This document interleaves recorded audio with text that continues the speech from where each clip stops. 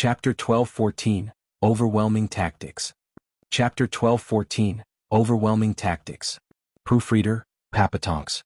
Why do you say that, Steward Zhua? Zhao Qin frowned. Zhua Fan smiled as he stood, taking a couple of steps. When two fight, the third reaps the reward. Demonic Emperor Sir is heroic, but against two others the odds aren't looking favorable. You may even win, but the losses will be devastating and turn into a loss in the end. While the other emperors will use this chance to seize Sir's lands. In short, war will only bring downsides. Like in the war between the Falcon Emperor and the Wraith Emperor, what did Sir do? You think I don't know that?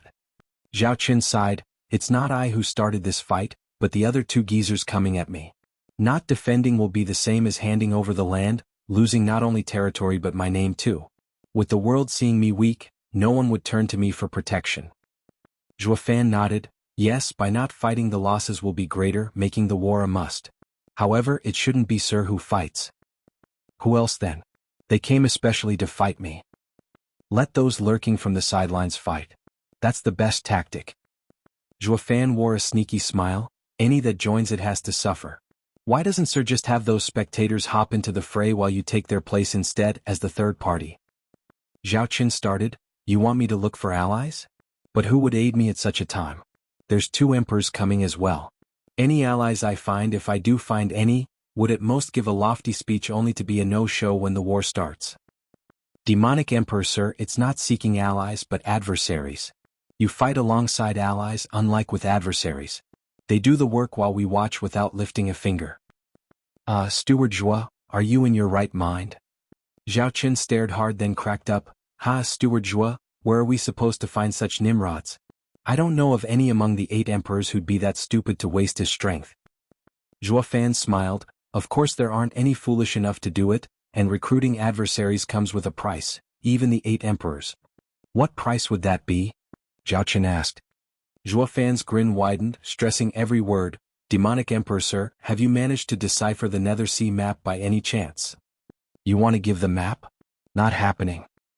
Zhua Fan shook his head, denying such an idea. The Nether Sea map is the only clue to the Nether Sovereign's seat of enlightenment. It's invaluable.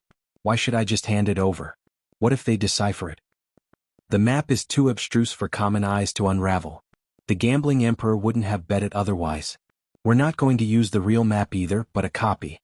The real thing will stay with Sir. No, what if they can still crack it? We can just tamper with it, making it impossible. Tampering it and they still won't notice. Demonic Emperor Sir, please take out the map and allow me a look. Zhua Fan bowed. Squinting, Zhao Qin finally relented and took out the map after a long pause. Zhua Fan approached casually and pointed. Sir, the map has countless black circles. All we have to do is just add more here while taking there when we make a copy. No one will figure it out, not even the gambling emperor. The right and left corners are similar as well, so we can just switch them with none the wiser. Even put side by side with the original, who would notice? You could stare at it till you go blind and still won't figure it out. Zhao Qin nodded and exclaimed, Steward Zhua's tactic is ingenious. With a few subtle changes on the already abstruse map, no one will notice. Now we have a bargaining chip, getting something for nothing, ha ha ha. Only who should we make a deal with? With who yearns for the map the most? Zhua Fan pace. In Gambling Town, the gambling emperor threw the map into a bet so he won't value it, or maybe he already owns a copy. The other representatives might want the map only to yearn for it. The Ruby Cloud sect tried using a honey trap on me to give them a copy. The Sword Emperor's representative even cut off his own toes in the betting. Talking with them would be far more successful. Zhao Qin gave an approving nod. Sir is truly sharp. I'm fortunate to have you. I'll contact the two right away. One moment. Zhua Fan intervened. Demonic Emperor Sir, no need to be hasty. All know our circumstances, and are sure to make heavy demands if we just go to them with the map. Heed my advice, Sir, and they would be more than willing to work for us. Zhao Qin's face twitched, staring long at Zhua Fan. Having Sir with me is like gaining a gem. Then I'll leave the overwhelming alliance to Sir. Just doing my duty, Sir. Zhua Fan bowed, exchanged a couple more words and left with Bali Yuyu. His first goal was the Ruby Cloud sect where Chu Qingqing was. The failed deal in the gambling town would be finished this time. Whoosh. Arriving before the Ruby Cloud sect's territory, a dozen girls blocked their way with Fang Zmin in the lead. Zhua Fan snickered, shouting, Girlie, go tell them that I represent the demonic emperor and have come to see the enchanting empress on important business. Humph, rotten punk, like we haven't had enough of your tricks last time. Now you have the nerve to come to the Ruby Cloud sect? You're looking to die. Fong Min huffed, preparing to attack Zhuo Fan. Sisters, rip this arrogant bastard to shreds. Yes. The girls went on the offensive, aiming for Zhuo Fan. The heavy pressure befell Zhuo Fan, a bone-tempering cultivator, bound to flatten him. Whoosh! Bali Yuyu flashed in front, sending a casual ice sword wave at them. Bam! The dozen girls coughed blood and were flung away like flies. They should thank their lucky stars that Bali Yuyu went easy, or there would have been nothing left of them. Bali Yuyu sneered and Zhuo Fan stepped forward. I represent the demonic emperor. Attacking me is attacking, sir. Does Ruby Cloud sect want a war with Devil Mountain? Humph, the demonic emperor is cornered. Can he spare energy against another enemy? A mocking tone came, followed by a familiar figure. Zhuo Fan perked up. If it isn't Senior Aunt May, how've you been? You dare call me that? Just like Ching Ching does? Zhuo Fan beamed without a trace of shame. Mei Sanga recalled Zhuo Fan giving her that foul handiwork and cursed, Damn cretin, I have a score to settle with you for last time. TCH, so you found out, eh? Here I thought the biddy would take ages. Bali Yuyu mocked. Mei Sanga's ears twitched, clenching her fists. She knew the girl was more than she looked and winning would not be easy. She couldn't put her in her place. Zhuo Fan laughed. I'll give you all the explanations you want for last time. The real issue is now. I represent the demonic emperor, but you're just keeping me at the door? Ha, and what of it? Devil Mountain's newest servant only knows how to abuse his status. Ha, Mei Sangu, how is it any different from you? Zhuo Fan was grave. Being the demonic emperor's representative isn't anything great, but that's not for you to say since you're not worthy. I'm the demonic emperor's representative, here to see the Ruby Cloud sect leader for a deal. Only your sect leader can send me away, for she is the Ruby Cloud sect. Senior Aunt May, are you perhaps that representative? Isn't this a power play? Did the enchanting empress die? Why you? Mei Sanga's face twitched in anger, ready to explode. She wanted nothing more than to flatten him under her heel, but the only option she had was to bottle up her fury. Not only was Bali Yuyu an unknown guard that she had no confidence winning against, Zhuo Fan was, unfortunately, right? He was the demonic emperor's representative, and this involved the relations between Devil Mountain and the Ruby Cloud sect. She had no right to take charge here. What a darn shame, a bone-tempering bug had such power but not her. Mei Sanga's anger flared once more. Dealing with Zhuo Fan was like losing 5,000 years of her lifespan. Chapter 12:15, Pressing Urge. Chapter 12:15, Pressing Urge. Proofreader, Papatonks. Senior Aunt May, kill him already. Shut up. Are you an idiot to not see I can't? Fong Min rushed her, but Mei Sanga took out her anger on her instead. Dumb girl, you think I don't want to? Zhuo Fan watched the play with an even smugger grin of disdain. Whoosh. A new figure came before them and Zhuo Fan cried in joy, Ching Ching? Senior Aunt May, Master invited them into the hall. Chu Ching Ching was icy, only bowing to Master and leaving right after. Zhuo Fan figured out why and shook his head. Using that stained paper must have angered her. Bali Yuyu shoved his shoulder to express, aren't you going to explain? Don't have to, since anything said at this point won't reach her. Zhuo Fan smiled broadly as he walked under the girl's guidance into the sect. They reached a quaint hall with a mature woman sitting on a high chair. Zhuo Fan knew her to be the enchanting empress of the 8 emperors. It's been a while, old crone. The enchanting empress sized him up as he entered, smiling, Steward Zhuo? Please sit. Senior enchanting empress. Zhuo Fan cupped his hands, sitting in a bamboo chair with Bali Yuyu sitting next to him. Mei Sangu and the disciples stood on the enchanting empress's side, never leaving the two out of their sights. Steward Zhuo is from Joy Town? Your name is bringing me unpleasant memories. Sipping her tea, enchanting empress pointed out. He was authoritarian like you. Looking at Steward Zhuo is like seeing him. I wonder if there's a connection. Zhuo Fan smiled. The demonic emperor said the same thing when he saw me, but I was born and raised in the Luo clan. I'm sorry to disappoint you, but the name was bestowed by clan head himself. Oh, it's fine. Just recalling an old friend of days long past. Old friend? Of yours and the demonic emperor? Zhuo Fan said, I'm quite curious if he's so alike me. Why would both seniors have the same reaction? Maybe your old friend must be quite amazing. I would like to hear more, haha. The enchanting empress stared hard and shook her head, the same yet different, only the first impression is similar. Our friend never joked, was brooding and dark like ice, like a viper. Steward Zhuo is calm by comparison, amiable. Really? The demonic emperor said the same, haha. Zhuo Fan sipped his own tea, his eyes flashing. Similar yet not, but actually also the same because I was reborn. Zhuo Fan came from the demonic emperor Zhuo Yifan, but that man had long ago died. The one before you is just Zhuo Fan, who experienced so much in the mortal domain. The enchanting empress, you will never see my past image no matter how much you scrutinize me. Zhuo Fan smirked and placed down the cup, good tea, hibiscus and fresh water, soothing the heart and calming HD mind. It's just like ruby cloud sect, fragrant and filled with a woman's energy. Steward Zhuo knows his tea. Ruby cloud sect's mountain tea is gathered by our maidens with the tip of their tongue in early spring, when they're still pure. No other place has such quality. Tip of the tongue, you say? Zhuo Fan rose an eyebrow, looking on the tea tray, which is Qingqing's? I'll have 10 kilos of it, thanks. The girls turned from him to Chu Qingqing, giggling. The enchanting empress smiled as well. Chu Qingqing blushed, glaring at him and warning him not to be frivolous.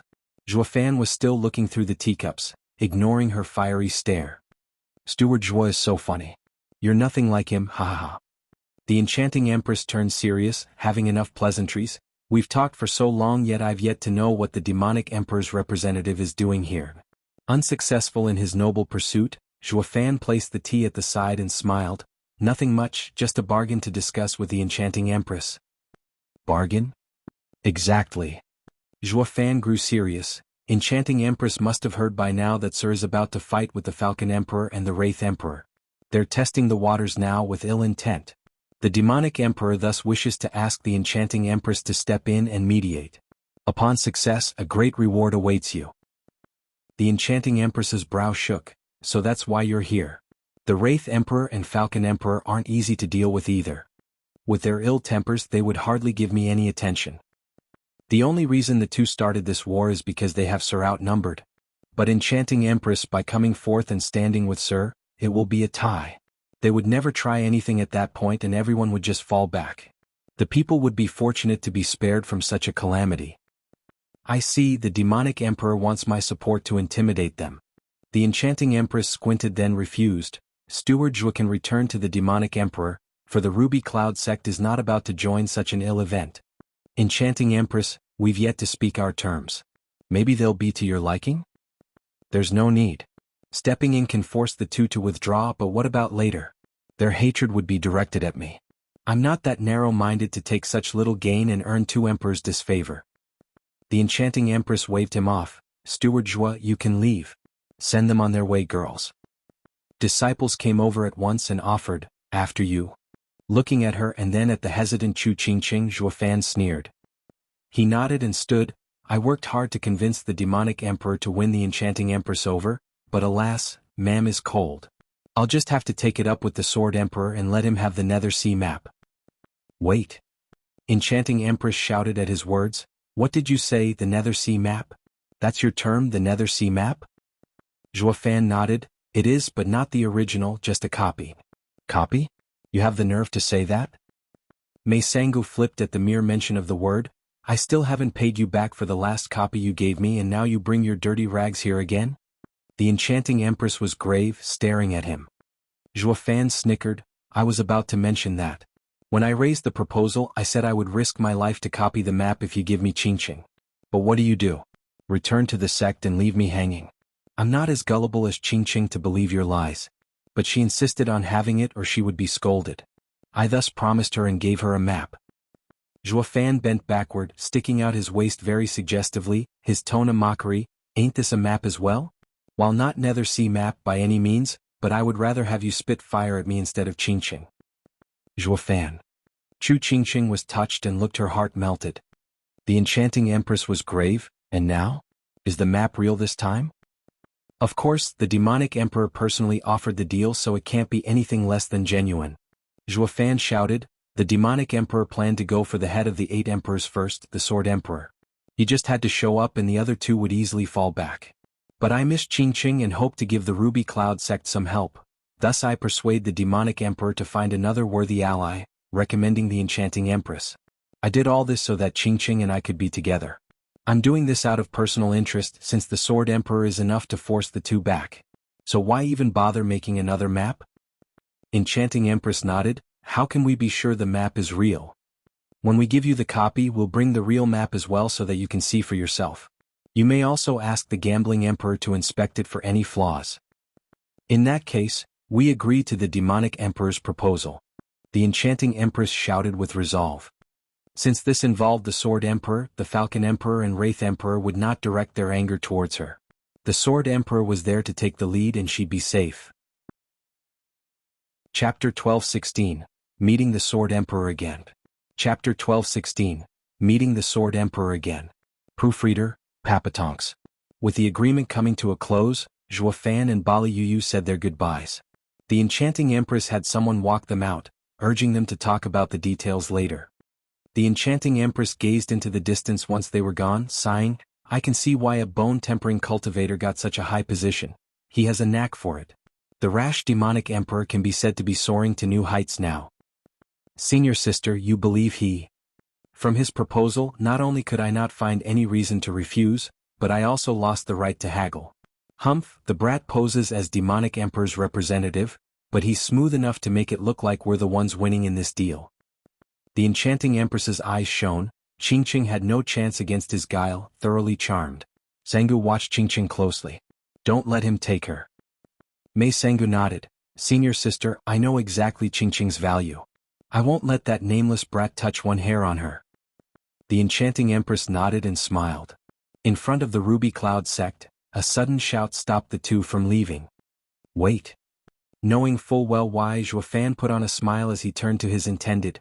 Qingqing, you don't have to send us off. I still need to pay the Sword Emperor a visit. I would much rather be with you and go through a wedding, even raising a cute baby. Sighed busy. Cut that out. Who'd ever? Chu Qingqing blushed and glared at him. Then she whispered, Zhuofan, forgive me for getting the wrong idea about before. I thought you only wanted. My feelings for you are genuine. You don't have to say anything. You'll come to see it in time. Zhuofan held her soft hand and pecked her cute cheek. One day I will take you away from the Ruby Cloud sect. Feeling her cheeks burning, Chu Qingqing showed no anger, just lowering her head. She gave a faint nod and a smile filled with joy. Zhuofan said his goodbye, leaving with Bali Yuyu's piercing stare on him. Chu Qingqing watched them go, her deep gaze filled with emotion. 3 months later, on a lofty mountain range, two people walked by. Looking up at the few clouds surrounding a glorious palace, Zhuofan smiled and cupped his hands. I represent the demonic emperor and request a meeting with the Sword Emperor. 30 people surrounded them the next instant, holding swords or blades that glinted in the sun. Zhuofan cared not, while Bali Yuyu showed disdain. You call that a sword? Zhuofan, you have some nerve coming here when we still have a score to settle from Mist City. A familiar voice echoed as a man stepped out of the encirclement. Zhuofan smirked, cupping his hands. If it isn't young Master Su Jinxing. It's been a while. Don't you give me that. Su Jinxing sneered, you're just looking to get killed, aren't you? In Gambling Town, the Gambling Emperor's turf, we couldn't touch you, but now here you are, in our own lands. You're practically begging for it. Brothers, sword formation. Kill the bastard and take revenge for Elder Lu. Yes. The men pointed their swords at him and a net shot for the two to cut them down. Bali Yuyu flashed in front of Zhuofan, releasing her power. Thunder echoed as icy lightning sword aura spread everywhere. Boom. Upon contact, a deafening explosion tore the skies. The 30 swords were reduced to splinters, littering the ground. Their users, however, recoiled from the outburst of power and coughed blood. They slammed on the ground, too wounded to get up. Su Jinxing squinted in shock, his voice shaking. Why you dare raise your hand in the Sword Emperor's land? You'll get yours, mark my words. Once I get my senior uncles, you're dead. And, do they represent Sword Emperor Ao Changtian? Zhuofan sneered, Brother Jinxing, you have to understand, I'm here on behalf of the demonic emperor to discuss with the Sword Emperor. As the Sword Emperor's disciple, instead of walking us in, you attacked us. It's not just disrespectful to the demonic emperor, but you have disgraced your Sword Emperor. Are his disciples so cocky to find him beneath them? Now you won't even allow his guests to see him? Is he held prisoner in there? Why you? Su Jinxing choked, unable to speak as he sweated buckets. Right, this is undermining authority. It mustn't reach Master's ears or I'm dead. Whoosh. Another old face showed up then, dressed in white and having an elegant demeanor, though he had no legs and floated. The elder gave them a dark look, shouting, "The Sword Emperor will see you." Thank you. Zhuofan leaned and walked ahead. Bali Yu gave the old guy a look and followed. Elder Lu. Su Jinxing began, but the man held up a hand. The Sword Emperor will handle everything. The old man led the way with Su Jinxing at his side. The four reached a magnificent hall, with 18 lofty pillars looking like divine swords, majestic and kingly. In the center seat stood an old man with a white beard, a face covered in scars and a sharp gaze. What strong sword energy! Bali Yu grew grave, clenching her fists. The old man made her feel threatened, in serious danger of dying. Zhuofan grinned. Sword Emperor Ao Changtian, we meet after so long. What comes around goes around. With me gone, the second best for 10,000 years finally got the throne, ha. Whoosh. A cold wave flashed and Bali Yu caught a cold blade between her fingers. It was 7 feet long, covered in intricate dragon patterns. The tip was aiming straight for Zhuofan's forehead, merely an inch from killing him. That was too close. Bali Yu gasped, knowing it was for Zhuofan. She looked back at Sword Emperor on his chair. He stared at her as well, then laughed. Girl, good skills? Who taught you? Family legacy. Bali Yu stared at him with anger in her eyes. What does Senior Sword Emperor mean by this? Elder Lu floated on a seat next to Sword Emperor, looking coldly at the two. Su Jinxing stood at his side. Sword Emperor began, the boy took my junior brother's legs and thinks that being the demonic emperor's representative would absolve him of it. But you're only going to leave this place without your legs. What? Bali Yu glared at him. You want Steward Zhua's legs? I don't think so. Haha, you've lost any right the minute you entered my domain. I want his legs and nothing more out of respect for that demonic emperor brat, or did you think I'd stop there otherwise? The Sword Emperor's power exploded, flashing in the two's faces. His pressure slammed like a mountain, making them gasp as even their yuan qi slowed down. Bali Yu panicked inside as sweat trickled down. They were far from able to take on the 8 Emperor's power. Chapter 12:17, Three-Way Talked. Chapter 12:17, Three-Way Talk. Proofreader, Papatonks. A deadly bloodthirst enveloped them, like a sea of needles aimed at their heart. Bali Yu was frozen in place by now, while Zhuofan took a casual step forward. We came to give you the Nether Sea map. The Sword Emperor immediately stopped his relentless pursuit for vengeance, staring hard at Zhuofan. What was that? Sword Emperor, we came to give you the Nether Sea map. Kill me and you'll never get the chance again. Humph, you think it'll save you? Think again. The Sword Emperor flicked his hand, but then he went back to his throne barking, what the hell are you up to? Talk already before I lose the little patience I have left. Zhuofan cupped his hands. Sword Emperor, it's like this. You must have heard by now how the Falcon Emperor and Wraith Emperor are moving. The demonic emperor doesn't fear them and only wants to spare the people the needless destruction and pain. Thus he is asking the Sword Emperor to mediate. You can't beat them, so you came crawling to me. Don't you think offering a copy instead of the original is a little insincere? My hands are tied. This is as far as the demonic emperor will bargain. Zhuofan sighed, seeing as the Sword Emperor rejected the proposal. We shall leave. The two bowed. Wait. The Sword Emperor shouted.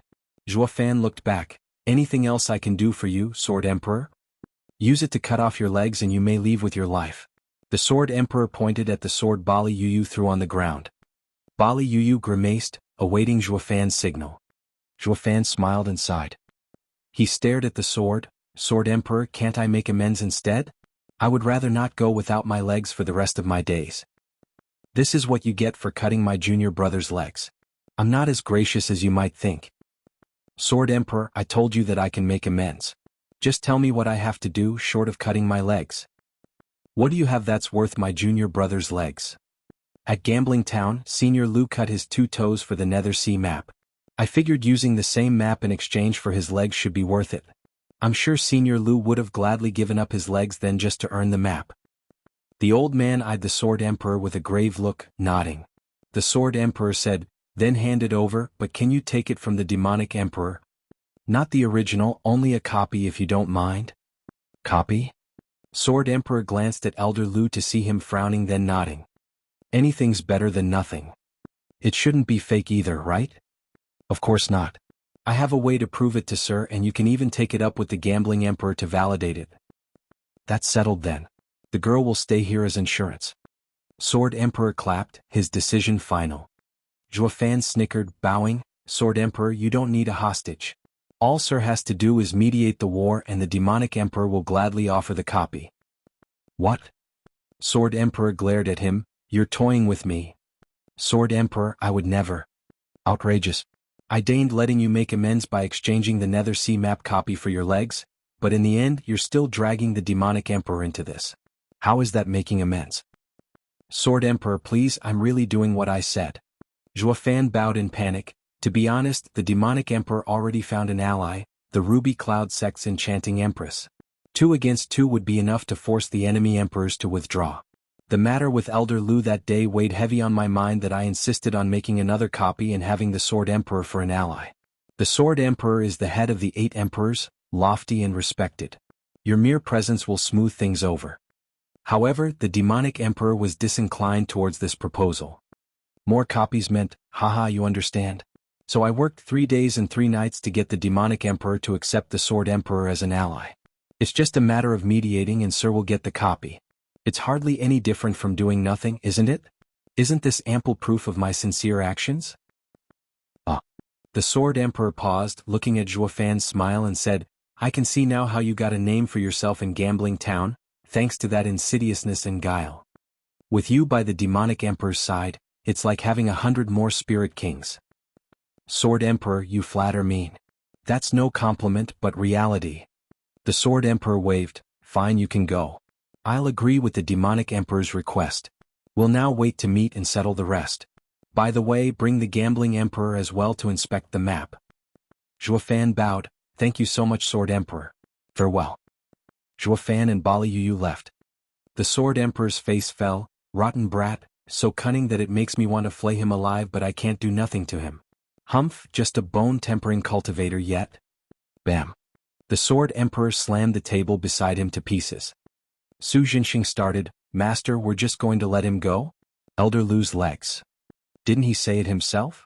He made up for it with the Nether Sea copy. Elder Lu looked downcast. But isn't that just a simple trade? It is, but in his view, it's making amends, so that's what it is. He also brought up the Ruby Cloud Sect to corner us. We could forego the deal, but all we need to do is mediate and we'll get a copy of the Nether Sea map. We can't let this easy win pass us by. But we could have still cut his legs. He made no amends, just speaking on behalf of the demonic emperor. A deal is one thing while retribution is another. Su Jinxing's eyes flashed with cruelty. The Sword Emperor and Elder Lu shook their heads. Ashing, when you meet him again, strike him then and there. Don't ever give him the chance to speak. Why? The moment he does, you'd have lost all reasons to do so. The Sword Emperor sighed, I could have done it at first, but lost my chance as he skirted around the Nether Sea map, the reason for the deal. With it in play, I lost all reason to deal with him. He represents the demonic emperor. Killing him means no deal when we truly want it to go through. The kid is bad news, able to save his skin and accomplish the demonic emperor's task. Su Jinxing started and Elder Lu sighed. The debt for his legs would remain on hold for a long time. A month later, Zhuo Fan returned to Devil Mountain. Zhao Qin could hardly wait, questioning the minute he stepped in the hall. Well, how did it go? Those 2 geezers have been growing restless these past months. They've taken 3 towns already. I haven't joined the fight since I've been waiting for you to give me a reply. Demonic Emperor, Sir, can rest easy knowing everything went as planned. Zhuo Fan smirked. The Enchanting Empress and Sword Emperor will be stepping in, all for just 1 copy of the map and nothing more. Now it's up to Sir to use them against each other. The Wraith Emperor and Falcon Emperor will come out heavily wounded at the least. Zhao Qin laughed. Steward Zhuo, you're amazing to get 2 helpers so quickly. Luck's on my side, ha. I'll send letters to them right away to have a talk and settle those geezers. Brilliant, sir. Zhuo Fan bowed, his smirk obvious. 3 days later, Devil Mountain sent 2 jade slips. After 2 more months, the Sword Emperor and Enchanting Empress arrived with their forces, along with a fat man in fancy clothes. Chapter 12:18, Inconsistent. Chapter 12:18, Inconsistent. Proofreader, Papatonks. Wearing a decorated black robe, Zhao Qin took his 20 demon guards to welcome them, with Zhuofan in their lead of course. Sword Emperor, Enchanting Empress, it's been a long time. I'm thrilled to have both of your support in this matter, ha. Demonic Emperor, please, we came to do our part and receive our just reward, haha. The two replied back with respect. Sword Emperor went right to it. Isn't it time to show us what you promised? We've gone to great lengths to bring experts to appraise it. The Sword Emperor made way as he pointed at a fatty behind. Zhao Qin cried, Gambling Emperor, you're here too. Sure I am. In such a crucial situation, Sword Emperor insisted that I validate the items. I was also free at the moment, so I tagged along to enjoy the bustle. I'm curious if there's been any clues to unraveling the Nether Sea map after taking it from me. The Gambling Emperor smirked. Zhao Qin shook his head. Gambling Emperor, you jest.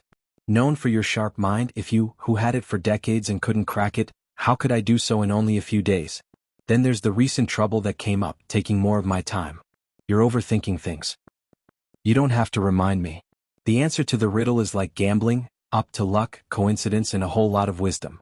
I'm just a bit brighter but not wiser, for true wisdom is unassuming and simple. Maybe your little friend managed to do it in a couple of days? Hey, are you two done? This is not the time to show off when we haven't even seen the map. The Sword Emperor cut the two's idle chatter. Since this is a discussion among three parties, it will only be carried out on the premise of the map's validity. The Demonic Emperor and Gambling Emperor laughed, the former bringing them into the main hall. A 3-meter-long table lay in the center. Zhao Qin took out 3 boxes and placed them on it, opening each one to reveal 3 scrolls. The middle one had everyone's focus, confirming it to be the real Nether Sea map. The other 2 looked newer, obviously the copies. Unfolding them, they all looked the same, covered in black dots and circles. The lines at the top were also copied to the tiniest detail. This is the real Nether Sea map. Unlike that. Mei Sangu had come as well, and her eyes shone as she sighed. Then she glared at Zhuofan, recalling the indignity he put her through with his sick joke. Zhuofan bowed towards Gambling Emperor. Senior, please inspect the copies and see if there are any discrepancies so we may correct. There's nothing to inspect about the original. It just can't be faked. The Gambling Emperor nodded. The genuine map is made of ancient nether paper, filled with Yin energy, making it impervious and eternal, the craftsmanship lost with time. Everything's about the drawing, whether it's done accurately. It's only a matter of matching the copies to the original. The Gambling Emperor leaned over to look closer. After many hours he still said nothing. A day in and he still found them to be identical to the real map. The others didn't disturb him in the process, since it involved the other 3's basis for cooperation. Only after the second day did the Gambling Emperor put them down and sighed, yes, the copies are the same. The rest nodded, smiling.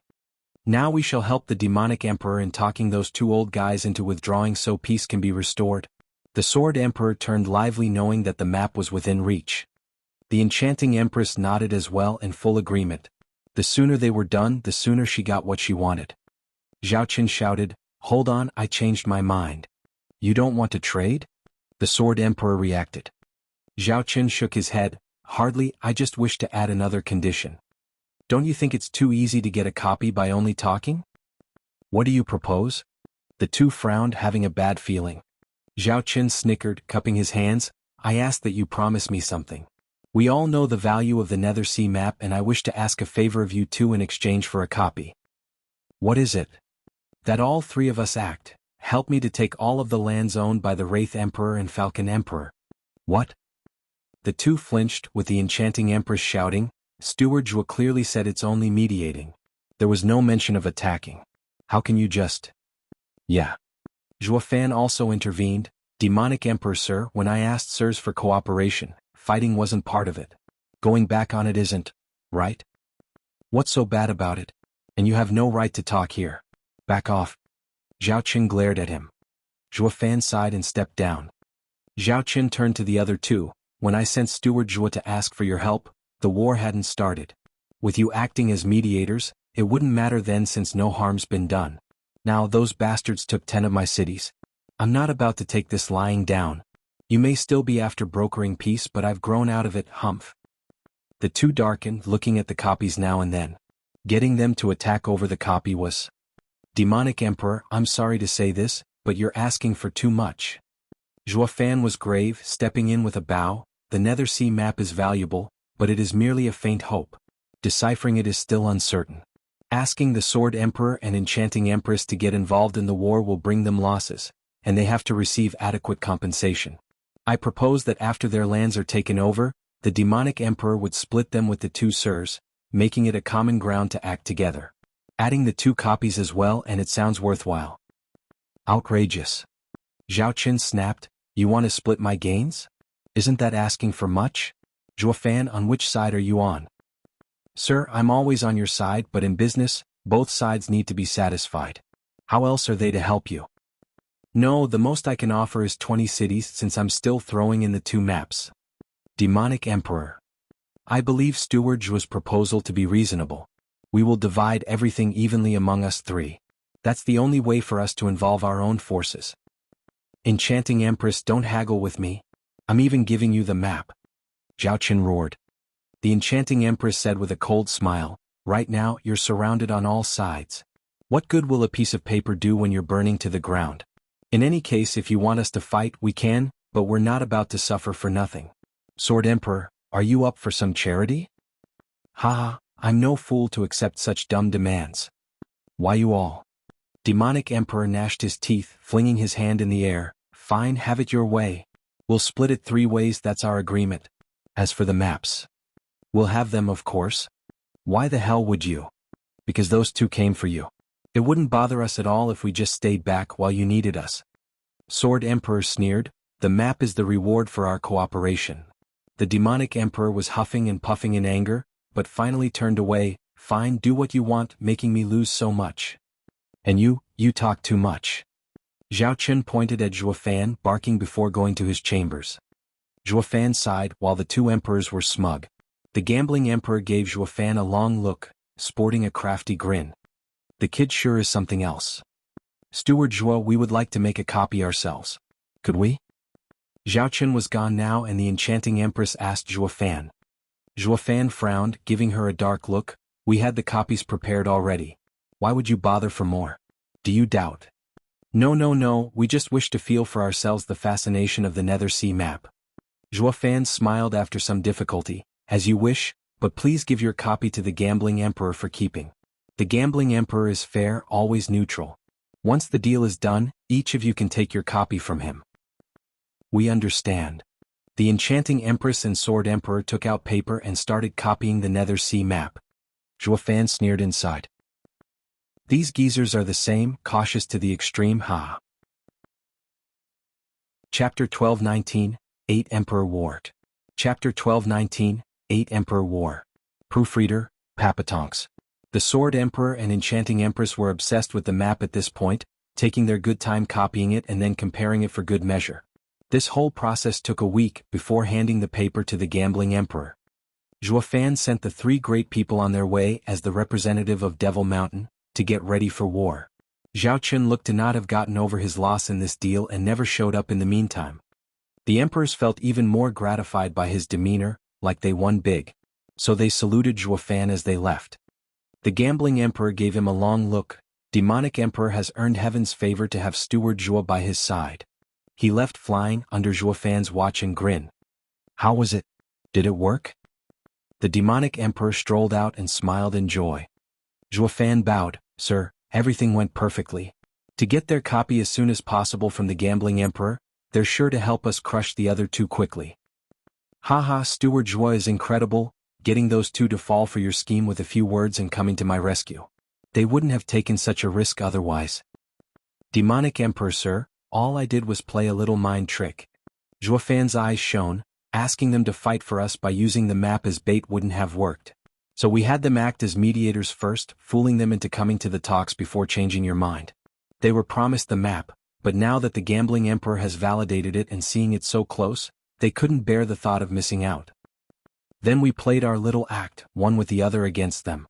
Zhao Qin laughed. I gave them crumbs while Steward Zhuo argued over honorable reward. Of course they'd side with Steward Zhuo but forgot to consider if they should join the war in the first place. It was truly smooth how they got dragged into fighting our war for us with none the wiser. Steward Zhua's skills are ingenious, way better than any advisor I ever had, ha.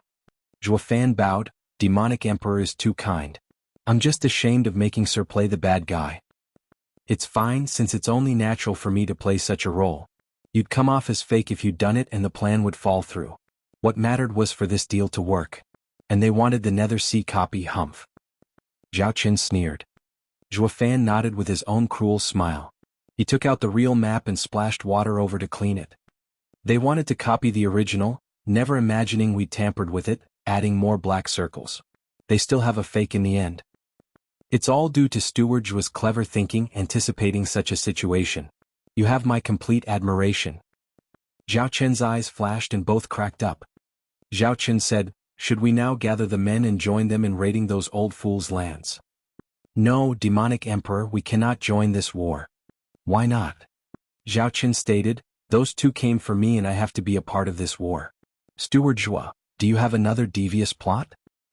Zhua Fan gave a vague smile. Demonic Emperor, think about it. With 3 emperors those two will fall, no doubt about it. But when push comes to shove, what of our allies? Knowing the enemy is going to be defeated, they would give their all to fight in anger and hatred against such indignity. Our losses would be huge while our allies would just wait at the side. They would have some losses as well, while us and the enemy would be crippled, making them the real winners. Yes, none of those 8 emperors are good. They'll be sure to do this. Zhao Qin gnashed his teeth. Zhua Fan grinned, then when they fight we just do nothing. The enemy would give their all against our allies, making them suffer while we watch them burn from a safe distance. When the outcome is obvious, we join in as allies and win everything. Isn't that better? Yeah, we won't lose 1 man and would get 1/3 of those two's lands. Zhao Qin's eyes shone with joy. Steward Zhua, amazing as ever. I did say Demonic Emperor to look for adversaries and not allies and found I have. Zhua Fan's eyes shone. Zhao Qin was over the moon. Thrilled and oblivious at this careful net being laid out, meant to drag him down to hell as well. A month later, the Wraith Emperor and Falcon Emperor had no trouble at all taking 20 more of Demonic Emperor's cities. The rest of the world found it odd. Even with 2 emperors against him, Demonic Emperor wouldn't just sit still, right? Letting his lands be taken away without even a fight. The attackers themselves found it queer. Out of the blue, the neutral Sword Emperor and Enchanting Empress joined the fight against them. They looked to have been gotten ready just for this too. The war was thus in full swing, with each side having 2 emperors. As for Demonic Emperor, he showed no sign of joining. The enemy had no intention to duke it out with those strong crazies, so they withdrew from the Demonic Emperor's lands. The Demonic Emperor still hadn't sent 1 soldier on the front or recovered his lands. Uncertain, the 2 enemies set their soldiers at the borders, waiting for a week, only falling back for real when the Demonic Emperor still showed no signs. They now moved their soldiers to deal with the Sword Emperor and Enchanting Empress invasions on their lands. Their weakened borders led to the new participants having an easy time taking 10 cities. The enemy was furious, sending their armies to help while shouting curses all the time. We had no beef with you, so why the hell are you ganging up on us? This is absurd. The 2 rushed to counter, making the strong forces of the Sword Emperor and Enchanting Empress suffer losses. Another month passed and the newcomers took 5 more cities with their relentless assaults, though losses mounted to 40%. The Sword Emperor and Enchanting Empress felt it and swore on and off because of it. Not the enemy emperors, since they were just defending their lands. Their only gripe was, of course, with the Demonic Emperor.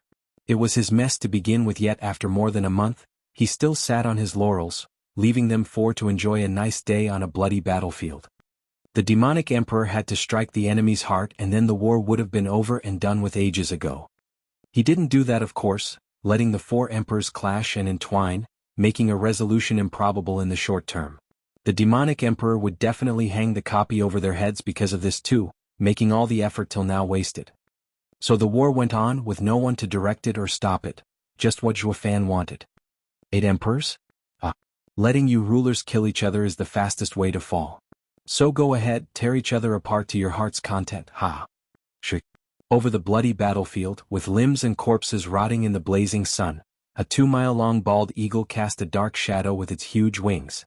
On its back was a spindly man with sharp eyes. Senior sister, the Falcon Emperor has joined the battle. In a large tent, Mei Sangu rushed to report. 8 emperors frowned. The old man is here? Damn it, a fight among 8 emperors can't be avoided now. The war has to end now if we are to endure. Sangu, take the Ruby Cloud sect forces 50 miles back so that they do not get affected. Yes. Mei Sangu carried her orders. The enchanting empress' eyes flared and she flew out to face the Falcon Emperor above the Hell's Cape. Old man, you're finally stepping in yourself. I thought you'd wait till the last man to show up. Enchanting Empress, what did I ever do to you to invade my lands? We all work for our greed. You didn't do anything, but I'm entrusted with another's business. Enchanting Empress' eyes shone. The Falcon Emperor squinted. A deal with the demonic emperor perhaps? I was wondering why would you and the Sword Emperor turn on us? Tell me, what did he promise you anyway? I'll just double it. Haha, Falcon Emperor, you think any random trinket could impress us? You don't have what he does. Really? Then that leaves war as the only option. The Falcon Emperor flicked his sleeve and the eagle beneath him shot for the enchanting empress with bloodthirst. Chapter 1220, The One from Sacred Mountains. Chapter 1220, The One from Sacred Mountains. Proofreader, Papatonks. Lofty Falcon. The Falcon Emperor waved and a golden falcon flew out from his body, high above, growing larger and larger as it enveloped the sky. It flapped its wings and shot golden feathers down like meteors. Everything in 1,000 miles was covered in craters. The ground quaked, the air warped, everything ended up reduced to nothing from the overbearing power. Both sides were wise enough to pull out their men, avoiding the pointless loss of millions of lives. Not even a spirit king could avoid that. They watched agape and in fear at the wanton destruction, thanking their lucky stars to be alive. They were also amazed at the 8 emperors' strength, way beyond any normal emperor. Senior sister. Mei Sangu watched with worry. An eerie laughter jarred their ears. Ha, Falcon Emperor, using the imperial mark off the bat? You're going all out, I see. Whoosh. A swirling wind came out of nowhere, removing all the dust. A stem hundreds of meters long, adorned with golden lights and petals emitting faint ethereal fragrance, winded its way upward, blossoming in this wretched battlefield. The enchanting empress sat upon it, showing mesmerizing charm and a coy smile playing on her lips. Imperial mark, heavenly jasper. The Falcon Emperor smiled. My ascending divine falcon soul rules the skies while your heavenly jasper soul roots in the endless earth. It's like a battle between heaven and earth. The enchanting empress said, the heavens and earth coexist as do yin and yang. Despite being opposite, they can't overcome each other, unlike us. For someone always falls. Humph, since time immemorial the heavens are lofty and the earth is base. You're the one who shall fall. Let's see it then, shall we? The enchanting empress raised an eyebrow, shouting, high earth-ranked martial art, flower bloom, heaven-piercing forest. Boom. The earth cracked as golden vines snaked out of the ground, untold numbers shooting for the skies. They whistled as they rented the air, feeling like they were about to tear the heavens asunder. Falcon Emperor was grave atop his eagle as he avoided the incoming vines. The enchanting empress sneered, does a heavenly lord not deign to land? Enchanting Empress, you're getting ahead of yourself. Uprooting these things is nothing to me. Falcon Emperor made a sign, high earth-ranked martial art, divine elusive falcon, airborne hunt. The golden eagle above exploded in a brilliant flash, sending golden motes of light in all direction.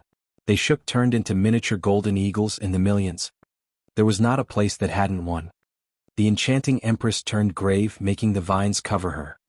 Bang! Explosions echoed all around her. Her tough vines were unable to withstand the finger-sized golden eagles, splintering and breaking with every impact. The Falcon Emperor sneered. The vines all crumbled, but the enchanting empress was nowhere to be seen.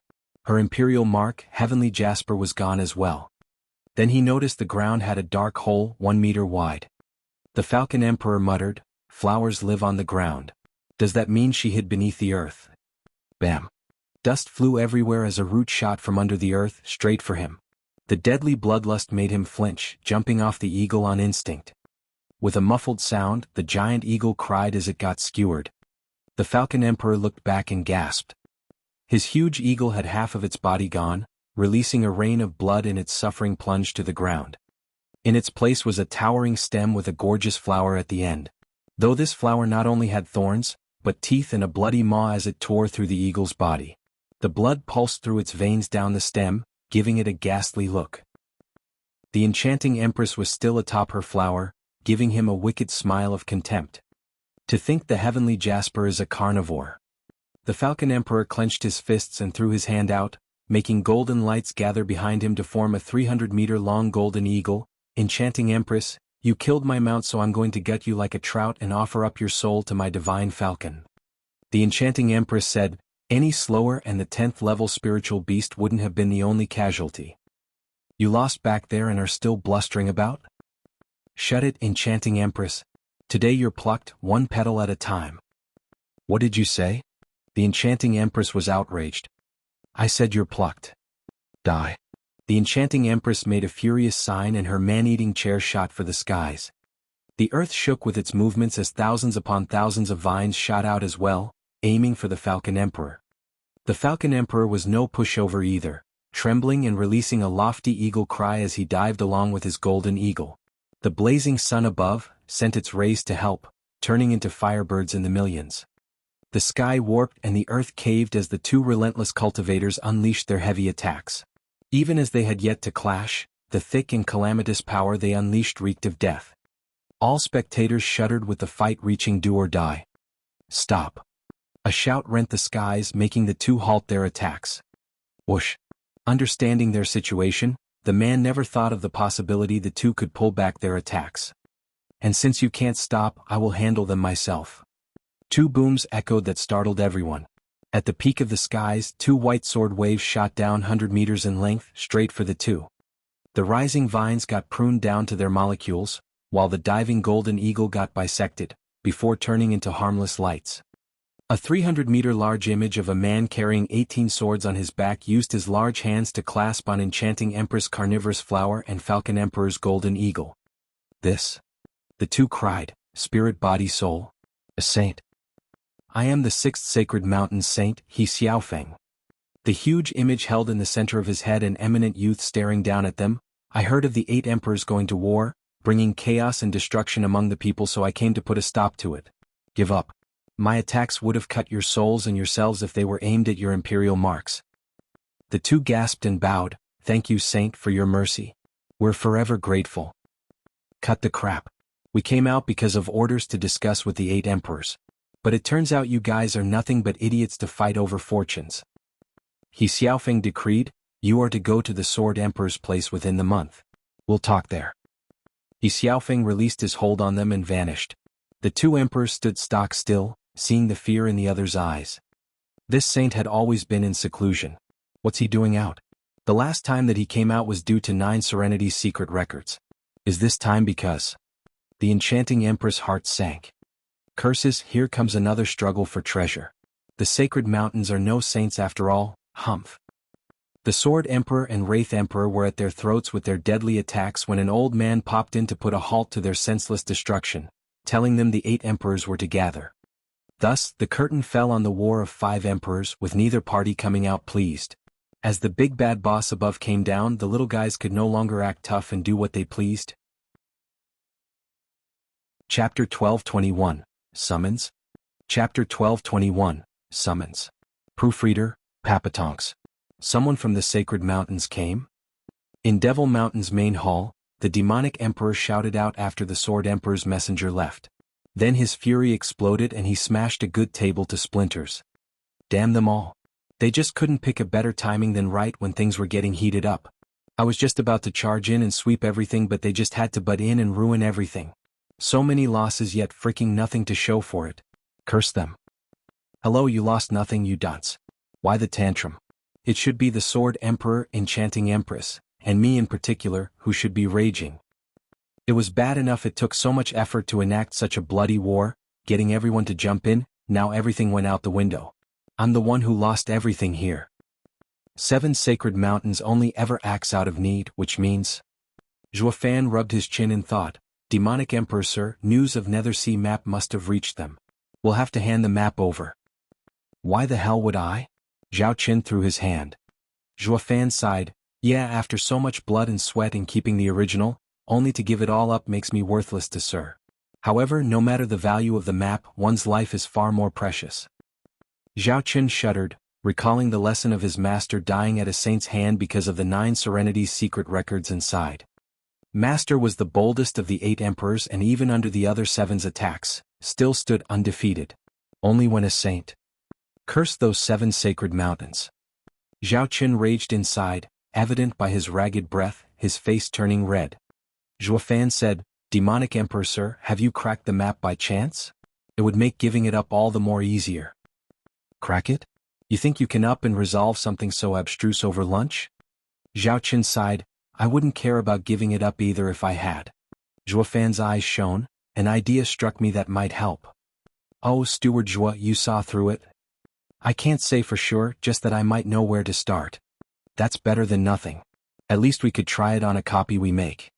Zhao Qin laughed, taking out the map. "Steward Zhuo, what's your idea? Tell me." Zhuo Fan leaned and pointed out a corner. "I was struck by an idea that this map might be just a star chart." "Steward Zhuo, can you read the stars?" "Somewhat. With my low cultivation, I could only invest my time in other areas, lest I was content to remain pariah." Zhuo Fan continued, "Sir, look here, these corners seem to resemble star clusters and this looks just like the night sky. It's just so hard to make it up with all of them so tight together." Zhao Qin frowned hard and exclaimed, "These extra black dots do interfere, Steward Zhuo. Just tell me about the sky area you can see while ignoring the one that eludes you." "Demonic Emperor sir, that's brilliant. I was thinking the same thing." Zhuo Fan smiled and took out a paper to put over the other. "Look sir, this is the rough star chart." Zhao Qin nodded, then his eyes lit up as he looked. "Isn't this a map of sacred domain?" "Good going sir. The image formed does look like the sacred domain's map." "Haha, then follow the stars and draw out the sacred domain outline. Nether Sea must be somewhere on it. But where?" Zhuo Fan smirked as he played along. "I can't make out this part. The star positions the shape like 9 rings. Maybe underworld star cluster." "Wait, underworld? Right? Diviners look at the sky to determine one's fate. If there's a bright star in the underworld star cluster, that means they're going to die," Zhuo Fan pointed out. Zhao Qin considered it then smiled. "Nether Sea must be where the underworld river is. The Death Star's location must be the door to Nether Sea." "We did it. Nether Sea map's mystery is resolved, haha." Zhao Qin laughed wildly. Zhuo Fan bowed. "Amazing sir, congratulations." "Come Steward Zhuo, you're going overboard. Something tells me you cracked it already and only came here to tell me." Zhuo Fan shook his head. "Sir, I'm but a fool. You don't have to push the credit on me to stroke my ego. I could never have the heart to cast out such a talented genius like you, Steward Zhuo. So don't play the fool with me and suck up to me." Zhao Qin beamed as he put the map in his ring, patting Zhuo Fan's shoulder. "Once I get Nether Sovereign's cultivation method and become a saint, no, a sovereign, you'll still be at my side above everyone else. I won't ever forget your dedication, haha." "Thank you, Sovereign." Zhuo Fan bowed, snickering inside. "Since you want Nether Sovereign's legacy, by all means take it. Just be sure to take the rest with you, alright, haha." A month later, the 8 emperors took their closest people to the Sword Emperor's place. Despite being the owner in his home, he didn't feel like one. In his seat sat a youth, He Xiaofeng, and an old man next to him stood with a ruthless glimmer in his eyes. "Greetings, saints." Everyone below bowed. The elder said nothing, with He Xiaofeng speaking. "Rise." "Thank you, saint." The people sat and He Xiaofeng swept them with his cold eyes. "Where is demonic Emperor Zhao Chen?" "What may I do for you, saint?" Zhao Chen bowed at once, meek. He Xiaofeng demanded, "I heard you have the Nether Sea map. Is this true?"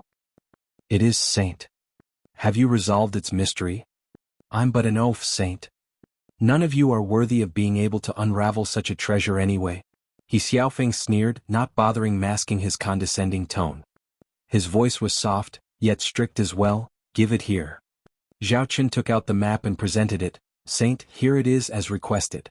He Xiaofeng nodded and took it for a closer look with a chuckle. Then he gave it to the old man. "You're not mad about giving it up?" The elder spared it a glance, then asked Zhao Chen. Zhao Chen showed an ingratiating smile. "It has been my only wish to offer the map to Saint. How could I ever be mad? I would have long come to you and offered it, but I feared disturbing Sir's cultivation." "Leech?" The others wore bright smiles but thought the same thing in their minds, cursing his despicable behavior. They were clueless that Zhao Chen had already seen through the map. "Good, I'll remember you." The elder looked skeptical as he stared Zhao Chen down. "Have you made any copies?" I can give it to you to make one as a memento. Zhao Qin shook his head. Saint Sir, you wound me. Since I offer you the map with all sincerity, I could never do such a thing. My only wish has been to serve Sacred Mountains. All our 8 emperors' duties are to maintain the world for Sacred Mountain, to let Sirs reach higher enlightenment. How could we ever yearn for something like a sovereign seat of enlightenment? I of course made no copies, haha. You're really not bad. The old man nodded and showed a weird smile. Much better than your master, Zhui Yifan at least. That guy didn't know his limit, trying and failing to rely on the demon sovereign's legacy to rise above the 7 sacred mountains. But you never even thought about it, settling down instead. Saint is most gracious. Zhao Qin bowed with a beaming smile. Humph, I never got the chance. Who the hell would want you hanging over them? Who among the 8 emperors doesn't want to stomp you under their heels? It's only a matter of time before I will, Zhuofan next to him had a dark look, recalling how a saint came after his life and clenched his fists. Those bastards from the 7 sacred mountains rely on the world's resources to seek Tao, but did they rise above its affairs? No. The 8 emperors rule half of sacred domain, but they would never escape their control. A bunch of fools who stand outside the secular world but always think of it, are stuck unable to reach the sovereign stage, only wasting the sacred domain's resources. Serves you right. Any random mutt would have been flying if you've done it by now. Speaking of those truly touching the cusp of sovereign stage, then all those seniors I brought from the mortal domain with their world of experience and focus solely on Tao have a better chance than you. Fakers and posers got no chance. Chapter 1222, Off on a Treasure Hunt. Chapter 1222, Off on a Treasure Hunt. Proofreader, Papatonks. The old man placed the map in his ring, pointing out as he looked at the emperors, you all should take the demonic emperor's example and be sincere. Understand what you can and can't have, to not overstep your bounds in your schemes. Yeah, sir is absolutely right, ha ha ha. Beaming and bobbing their heads, the enchanting empress and sword emperor felt their hearts sink, reporting, Sir, we happen to get a copy from the demonic emperor, now resting in the gambling emperor's care. We leave it at Sir's discretion. The old man grinned knowingly. The gambling emperor's heart froze and presented the copies with nothing but respect as absolute power demanded. Here are their copies, sir. Right? The old man huffed and took them, giving the papers but a glance as he snickered. You've been the first holder of the Nether Sea map, is there anything else you would like to add? The gambling emperor offered another white paper. I had made another copy, sir. Gambling emperor, you're the sharpest of the 8 emperors. The Nether Sea map had been with you for so many years, yet not one word went around that you had it. I'm flattered, sir, but I meant not to hide it. It was to research it and find Nether Sea's location, to offer it. The gambling emperor shivered under the old man's stare as he explained himself, but the former cut him off. That's enough. I'm well aware what it's on all of your minds. A word of advice, don't be too smart for your own good. Your little games are known to sacred mountains. I'd rather avoid having you end up like the demonic emperor of old. The 8 emperors lowered their heads in respect and fear. None could defy the saints. Zhuofan squinted and hatred burned inside. The matter is settled, you may go. I and He Xiaofeng have matters to discuss. Do keep in mind that there might be some changes among the 8 emperors recently and you should have an idea about it. The old man's remark had everyone looking grave at the implications. Changes in the 8 emperors, does he mean someone will replace us? The people bowed and withdrew. He Xiaofeng recalled something and shouted, Enchanting Empress, stay. The enchanting empress looked at the rest as she was the only one left with the 2 saints, bowing, How may I assist you, sir? Enchanting Empress, you're one of the 8 emperors my father groomed. He Xiaofeng hooked his finger, Father trusts you the most. What of the matter you reported to father 100 years ago? Enchanting Empress smiled and nodded, Sir, Qingqing is good. Shouldn't you arrange a meeting then? He Xiaofeng's eyes shone, You raised the girl for so long, so don't you think it's time for her to come with me to sacred mountains? It's too sudden. Perhaps the ancient records do say her refusal will complicate things. He Xiaofeng sighed, My unique position and fear of arousing suspicion prevented me from bringing her into sacred mountains from the beginning. It would have been so much easier if we had just grown up together. Enchanting Empress nodded, with the old man smiling, Xiaofeng, don't worry, as the young lord of the 6th sacred mountain, capturing a girl's attention can't be easier. Am I right, Enchanting Empress? Yeah, ha ha ha. Enchanting Empress bobbed her head, feeling conflicted. That was before. Now the girl is only getting closer to another man. Maybe, no, it should work. That kid is nothing before the lofty young lord of sacred mountains. The 7 emperors left the hall and gathered around to brainstorm the reason behind keeping the enchanting empress. Sure, they all clashed on an average basis, with even having a war not a month ago, but before sacred mountains they found a common ground to unite them and discuss their situation. What's the enchanting empress connection with the 2 saints? Why do they keep her back every time? Who knows? The broad has a large circle of friends. When dealing with Zhuo Yifan, we were the only ones who knew about him. Even with our swift speed, somehow the saints got wind of it a bit too fast. Something tells me that she was the one who leaked it. Her? No way. With the coming of a saint, none of us would get anything from the 9 Serenities secret records. Why would she do something that got her nothing instead? What's the point in bringing up the past? Now it's what matters. Sacred Mountains said they want to reorganize the 8 emperors. We need to consider our course. They went silent as they sighed. Zhuo Fan eavesdropped from the side, glancing at the closed hall's doors. Those rotten broads are with the Sacred Mountains? Regardless of Sacred Mountains' intent for us, we have no power. Rather than shake in our boots over what might come, we should go home, meditate and clean house. Zhao Qin spoke first, cupping his hands. Goodbye. Zhuo Fan left with him. The others got curious. They knew the demonic emperor to be a powder keg ready to blow most of the time, so why was he so fine with how things turned out? Peculiar. The gambling emperor watched them go with a glimmer in his eyes. Something must be up. Maybe they don't care about Sacred Mountain's decision? That just can't be. A week later, Zhao Qin was back in his hall on Devil Mountain, alone with Zhuo Fan. Ha ha, Sacred Mountains? Once I find the Nether Sovereign's seat of enlightenment and gain his legacy, there'll be nothing. The age of a sacred domain dominated by Sacred Mountains is over. The time for my rule has come. Zhao Qin said with excitement. Steward Zhuo, gather the men at once, but only the most loyal, to go with me in search of Nether Sea. Zhuo Fan bowed and shook his head. Sir, there's no rush. The saints have yet to leave. They might just be coming for us once we move. Right, Steward Zhuo. With those bastards here, they'll be sure to mess things up. I don't want to end up like my master. Zhao Qin said. Steward Zhuo, when should we act then? We can take our time since no one can resolve Nether Sea's riddle overnight. Waiting won't change anything. Once the annoyances are gone, we can start then. In the meantime, sir, is to be on your best behavior and looking after your lands to raise no suspicion. Right, we'll do as you say. Guard. Zhao Qin followed Zhuo Fan's proposal and gave another 30 cities in the Luo clan's care, besides the hundreds of rich lands and spiritual thick mountains. The Luo clan became Devil Mountain's #1 figure. Everyone under the demonic emperor knew that the first demon guard by his side held half of Devil Mountain's power. Zhuo Fan, the steward, was even more powerful despite the lousy cultivation. The Luo clan was outstanding as well, handling these new places with precision and honor. In only 3 months, the demonic emperor's cities were transformed and lively, with all the efforts focused on their rightful administration. To the point that the saints looked impressed, leaving for Sacred Mountains with ease.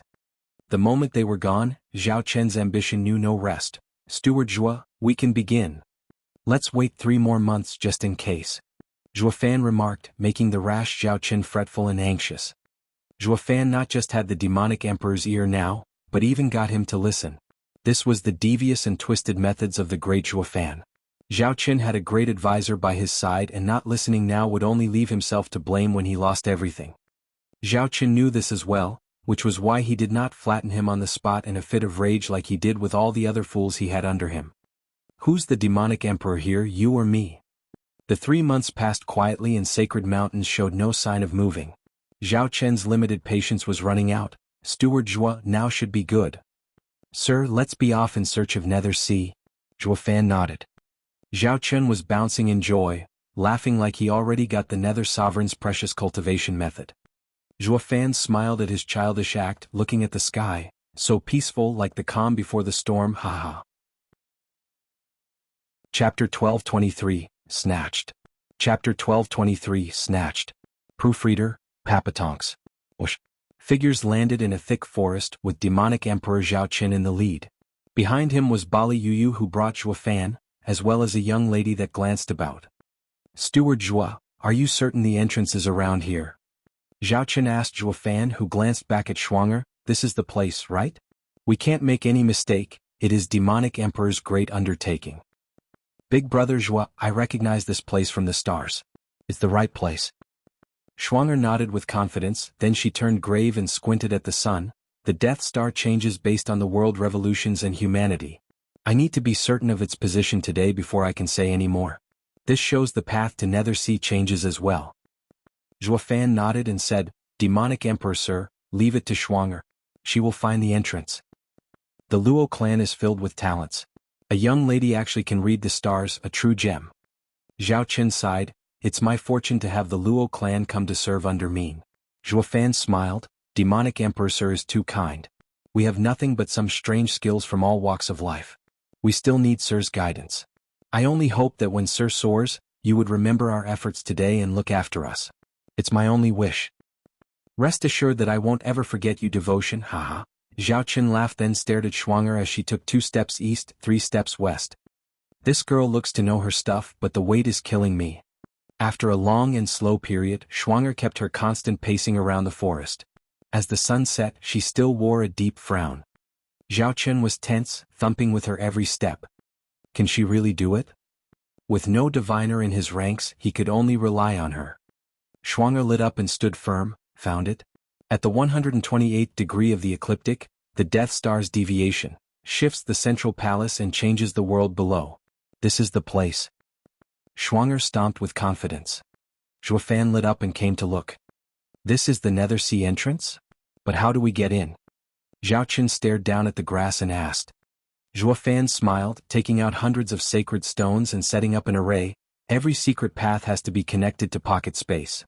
This is the ancient piercing cloud array, and by finding the right door, we can link the worlds and open the barrier to travel. Ancient array? Zhao Chen eyed Zhuo Fan, you know them? All are kept by sacred mountains, how? Zhuo Fan smirked, clan legacy, but only a couple and not stockpiled like sacred mountains. Sir, let's hurry and open the door, the Nether Sea is right ahead. Zhuo Fan rushed Zhao Chen, egging him on. With Nether Sea, Zhao Chen forewent Zhuo Fan's suspicion, overtaken by excitement. Zhuo Fan made signs. The gates of the abyss open wide. Spirits and souls stay on the other side. For the path of the Nether Sovereign I stride. Follow me, my comrades, with courage as our guide. The array flared to life with blinding lights before a beam of light shot into the sky, connecting with a bright star high above. Schwanger cried, it's the Death Star. This is the way. The Nether Sovereign used the Death Star to seal it. To open it you must pass through the Death Star as well, then enter the Nether Sea. It's just like the map said. Then I'll go to Nether Sea for Nether Sovereign's cultivation method. Zhao Chen shouted in excitement, it's providence. Heaven wants me sovereign, ha. A creepy laugher came just as his reached the peak. Ha, Demonic Emperor, you really did crack the Nether Sea map. You didn't let me down waiting for half a year. Who said that? Zhao Chen shouted and grimaced as he looked back at the familiar fat man. Brother Demonic Emperor, what I couldn't do in decades, you did it in just a year. You have my respect. Gambling Emperor. Zhao Chen ground his teeth. What are you doing here? Did someone leak it? There was no need, for I planned on watching anyone who had the map from the moment I threw it away. But I gave it up. Why are you still stalking us? True, you did give it up, but your acting was too obvious something was up. The Gambling Emperor snickered. All of Sacred Domain knows of your boiling rage and temper. You just got the map then forced to hand it over soon after, yet you were more than happy to? Something's just isn't right here. Then when we left the hall you ran away on the spot, becoming even more suspicious.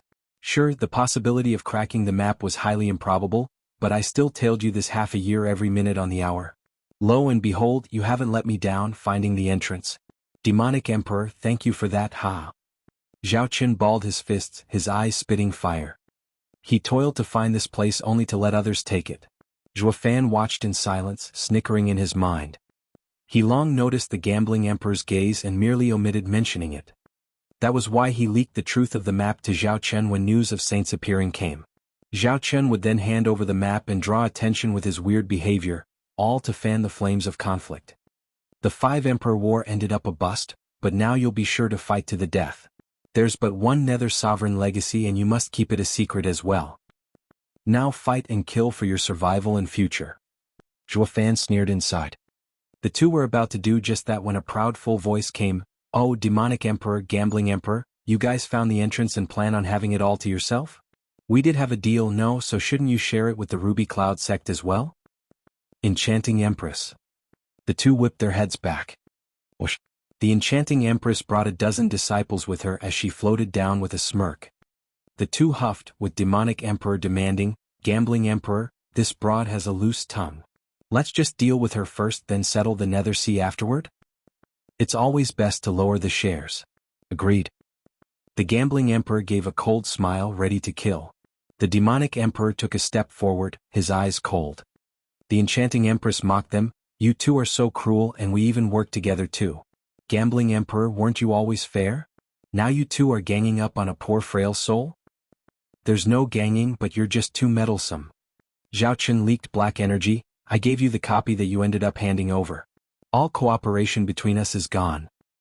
Since this isn't the gambling table, there's no room for honor." Gambling emperor sneered. The enchanting empress smirked. "I knew you weren't going to be fair, so I brought someone who would. You won't get rid of me that easily." The two grimaced, their hearts sank. "The hag brought help?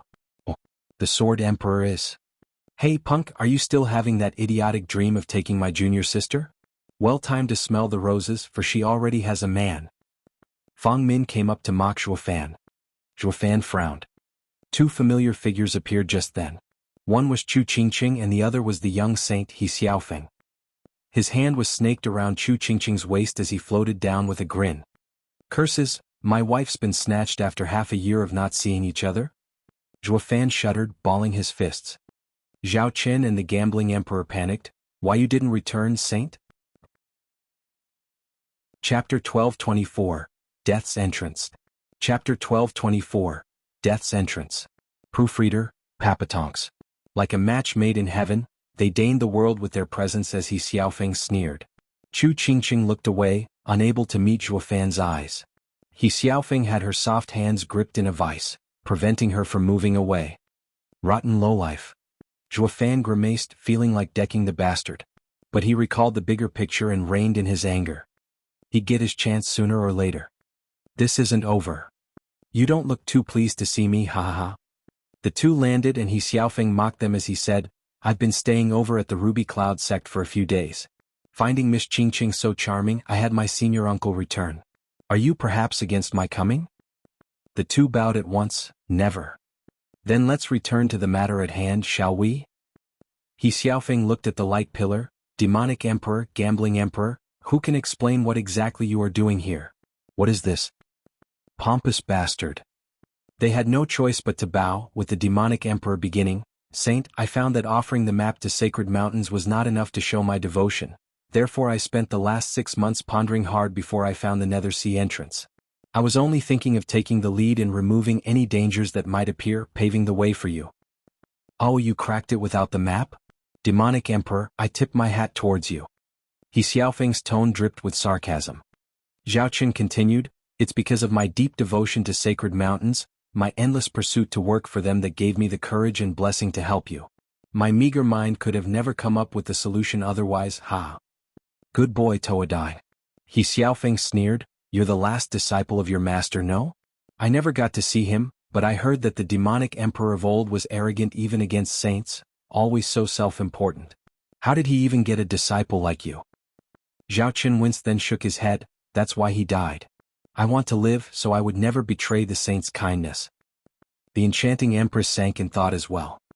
Unlike the staunch demonic emperor old, this one had no backbone, becoming someone's dog. But were they any different? They turned into dogs much sooner, perhaps, with only Zhui Yifan remaining firm in his stance.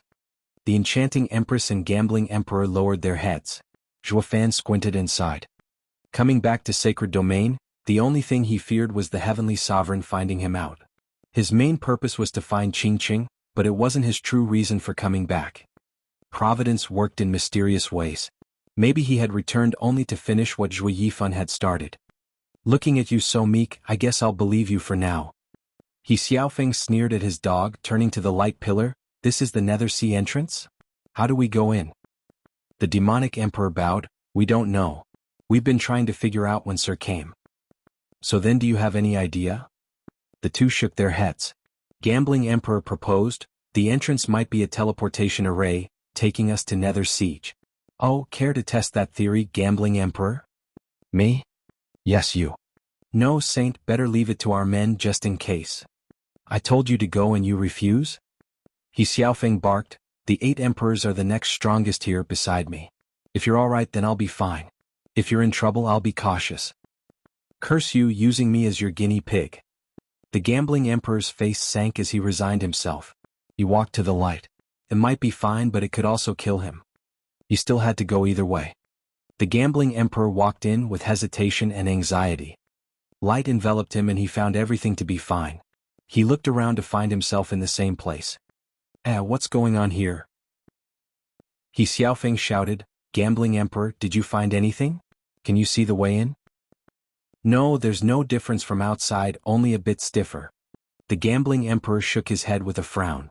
Moving his limbs, cracks echoed like something snapped. A fading glow then fell from the star above and then hit his body. The Gambling Emperor's fine hair turned white just then, his fat body shriveled as wrinkles appeared on his face. The Gambling Emperor panicked and rushed to leave, but just as he raised a leg, he crumbled to dust. Even his clothes were disintegrated. SSS. Everyone gasped, even he Xiaofeng. He aged and died in mere moments under their very eyes. Gulp. Everyone felt their skin crawl. He Xiaofeng shook as he glared at Zhao Qin. Demonic Emperor, what the hell is this? Are you positive this is the Nether Sea entrance? Saint, I am. Passing through must be done through a test, I fear. Zhao Qin looked at Zhuo Fan. Steward Zhuo, what is this? Why did he turn to dust just by stepping in? Zhuo Fan pondered with a grave look. Schwanger lit up and pointed at the star above. It's the Death Star. It would unleash its death energy on any that want to enter the Nether Sea, taking their lives. Because there was so much of it seeping into his bones, he died as if he aged thousands of years, even rotting his bones. Even the entrance has a test.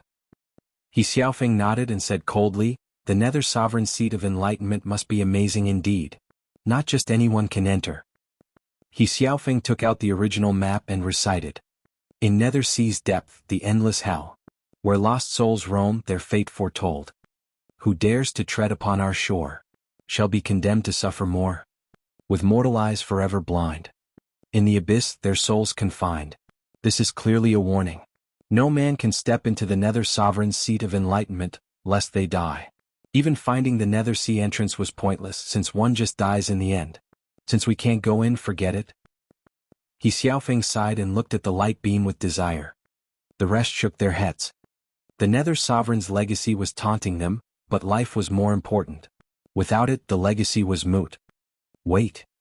Zhuo Fan shouted, his eyes shining, maybe there is a way. You know how? He Xiaofeng sneered, the Nether Sea killed an emperor and even I don't dare step in, but a puny bone-tempering cultivator has what it takes? Die then, humph. Zhuo Fan smiled, the Nether Sovereign is an ancient sovereign, so not anyone could just enter into his seat of enlightenment.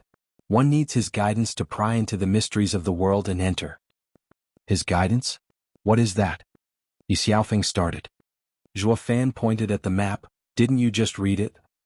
This is a warning for no one to enter. A true warrior does not balk in the face of absolute death. You see it as a warning while I see it as an invitation. Zhuo Fan grinned, Nether Sovereign showed us the way inside. What? They all stared at Zhuo Fan in disbelief. Where does it say that? There's no mention of it at all. Chapter 1225, Roaming Lost Soul. Chapter 1225, Roaming Lost Soul. Proofreader, Papatonks. Zhuo Fan said, the Nether Sovereign said in his guiding poem that lost souls may roam in the Nether Sea, lest they will be destroyed on sight. That's why the Gambling Emperor had such a grisly death. Everyone nodded. You mean to say only the dead can enter? He Xiaofeng rose an eyebrow, once you're dead, what's the point? Zhuo Fan shook his head, the Nether Sovereign says that a living body can't enter, or they die, not that entering means death. The roaming lost soul part means renouncing the flesh so you may drift towards the Nether Sea. Renounce the body? What do you mean? It points at the soul, leaving the body behind so you may enter. Zhuo Fan spoke firmly. Everyone hesitated. That was just too dangerous. A mistake from Zhuo Fan's part meant they would all die. He Xiaofeng was grave as he pointed at Zhuo Fan. Is that your idea? Then go test it. Test it yourself. Bali Yuyu growled from behind in anger. Zhuo Fan tried to stop her. Zhuo Fan had a cruel smile. Sorry, but one needs to be at ethereal stage at the least to wander as a soul. I'm in the bone tempering stage and can't do it, ha. Then you go. Humph snapped at Bali Yuyu. Since you talk too much, you'll go instead. Bali Yuyu was ready to blow. The only thing keeping her from snapping his neck was that he had power beyond her imagination. Zhuo Fan sighed. Fine, I'll go myself. You stand back. Isn't it impossible for you? I just realized our clan's secret art and can soul drift even at bone tempering stage. Zhuo Fan showed an evil grin. It's all thanks to the saint's reminder, or I would have completely forgotten about it. He Xiaofeng sneered. Then go already. Use actions to prove your undying gratitude for yours truly. I shall pave Sir's way. Zhuo Fan gnashed his teeth and showed a dark smile. He then sat down to pop out his soul. Bali Yuyu started. Wait, I'll go instead. No, it's fine. You and Schwanger can wait outside and look after my body. Zhuo Fan spoke and turned to the light pillar with uncertainty. It was just a guess he had about the poem, nothing more. He either nailed it or his soul would get nailed. He could only gamble. Any other nobody could have done this job, but the saint was clearly singling him out to get rid of him. Refusing would just give an excuse to kill him. Since he gambled, let Providence decide. Let's hope luck's with me and I don't end up like the gambling emperor. Zhuo Fan grew stern and he closed his eyes. A faint image floated out of his head, drifting for the light pillar. The others forgot to breathe while watching him test his theory. If a bone-tempering soul had no trouble passing, then it had to be safe. If the soul popped, then they would just think of another way. Everyone was tense and on edge, some over the outcome, others for Zhuo Fan's safety. Chu Qingqing was worried for Zhuo Fan's soul as it ventured near danger. But with He Xiaofeng holding her back, she could do nothing. Hurry up and enter. He Xiaofeng was impatient from excitement, even easing Chu Qingqing's hand. Chu Qingqing yanked it out of his grip and sat down. Another faint image appeared over her head and she shot for the pillar. Zhuo Fan, wait, I'll try. Zhuo Fan blinked as an image shot by him into the light. Only then did he realize, Qingqing, don't. He also went in. Whoosh. Both of them ended up entering at the same time, causing the enchanting empress to shout, Qingqing. They were beyond saving now. No one went in after them either, only staring at the light pillar. A wave of power shot out as the pillar joined with the heavens. The Death Star shone above and the two souls inside floated higher towards it, gone in an instant. The souls survived and teleported. Zhao Qin cheered. Steward Zhuo's theory is right. You need to let go of your body to enter the Nether Sea. Haha, Steward Zhuo is a genius indeed to solve this riddle. Now we can venture safely inside the Nether Sea. Bali Yuyu nodded, relieved. She cared not about the Nether Sea but for Zhuo Fan. The enchanting empress and the girls were excited. Saint, there's no problem and we can go in. Right? He Xiaofeng was thrilled, then he regarded the demonic emperor's group. Demonic emperor, walk with me. Enchanting empress, you stay behind and look after my body. What? The enchanting empress panicked. But young master why let them join you? I also want to go to the Nether Sea. Enchanting empress. He Xiaofeng shouted, sending her. You belong to my father and I trust you the most. The demonic emperor is too devious. I'm taking him along to watch out for his tricks. You stay behind and look after his people and stop them from doing anything. This is the safest solution. Don't betray my father's trust in you. The enchanting empress nodded. Young master thinks of everything. And that Zhuo Fan. He Xiaofeng's eyes flashed with murder. You're right, Qingqing cares for him, running into danger for him. If he survives it would only hold Qingqing back. Even if a mere bone-tempering cultivator. Sir wants to. I'll take his life inside the Nether Siege. No. The enchanting empress advised, killing the person Qingqing cares about and you may never get her heart. Qingqing needs to be devoted to you for your plan. I know her heart is more important than her man. I'm not that impulsive. He Xiaofeng gave an annoyed wave. Humph, but with the Nether Sea so deadly, he might come upon a little accident. All that remains is for Qingqing to never find out about it. The enchanting empress nodded. I'll leave it to young master He. Just be sure to hide it. You think I don't know that? He Xiaofeng huffed, then his soul came out before everyone. Demonic Emperor, hurry up and join me. Zhao Qin figured out his intent and gave Bali Yuyu a look to get ready for anything, before letting out his soul and following He Xiaofeng. The two entered the light pillar and vanished. The two groups looked after the bodies. Two light pillars shone down and faded to reveal two people, a man and a woman. Looking at herself and finding she was solid, Chu Qingqing started, "We can enter with our bodies? I thought only souls could enter. Did you know my soul is a white lotus? I thought you wouldn't recognize me. We're in Yin bodies, probably because we're in the Nether Sovereign's seat of enlightenment." Zhuofan came before her and sighed, "Silly girl, why did you risk yourself for me? If my theory was wrong you'd have died." Chapter 1226, Crossing the Siege. Chapter 1226, Crossing the Sea. Proofreader, Papatonks. Chu Qingqing lowered her head, flustered, "I wasn't thinking, driven to take on any danger in your stead. As for the consequences, it didn't matter even if I died." "Haha, you haven't changed at all." Hugging her, Zhuofan rubbed her back with a smile. Chu Qingqing leaned on his shoulder, her heart content to just lay there in his arms. She then cried with a start, "Don't misunderstand." "Misunderstand what?" Zhuofan gave her an odd look. Chu Qingqing turned bashful, that He Xiaofeng. "I don't know why a saint having just come to the Ruby Cloud sect, up and started coming on to me. I did tell him that I have someone?" Chu Qingqing stammered, her cheeks growing hotter, and Zhuofan teased. Chu Qingqing just gave a meek nod, but then she turned sad, "That guy just keeps coming on strong, ignoring my feelings, even pestering me every day. Like just now, he just wouldn't let me go once he grabbed me and I just happened to meet you here. So I'm saying not to misunderstand. There's nothing between us." "I know." Caressing her hair, Zhuofan smiled, "Like I said, you're mine, but not in the sense of possession. I always believe you felt the same way about me. That's why I never doubted for a moment, nor misunderstood. You have nothing to explain."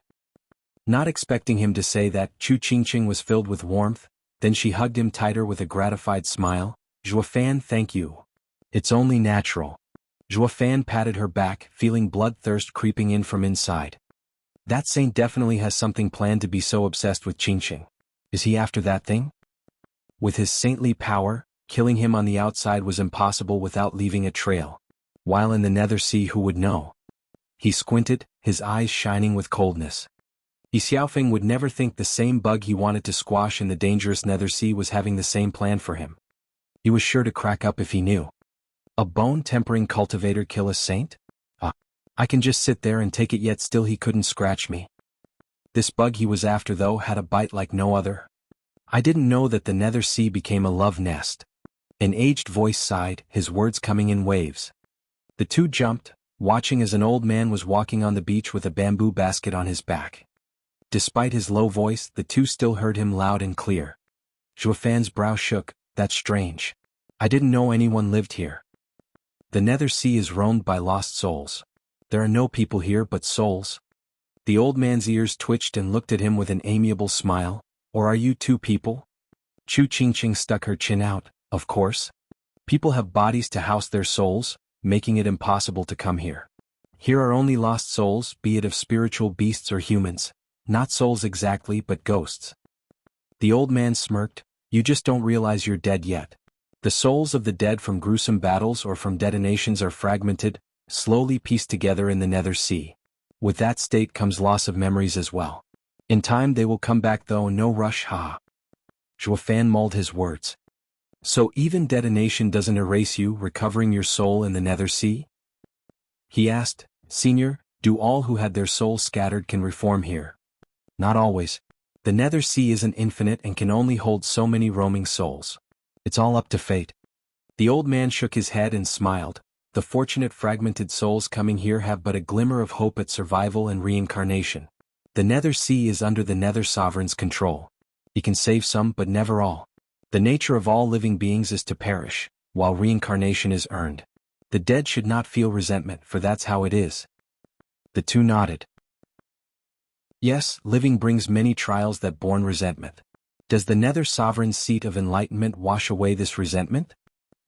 "Rumor has it that the Nether Sovereign controls life and death. becoming feared like the king of hell. Maybe he is actually a man capable of great compassion or love instead. How did you two kids die? If you want to cross the sea, I can give you a ride. The old man smiled. Cross the Nether Sea? Zhuofan started.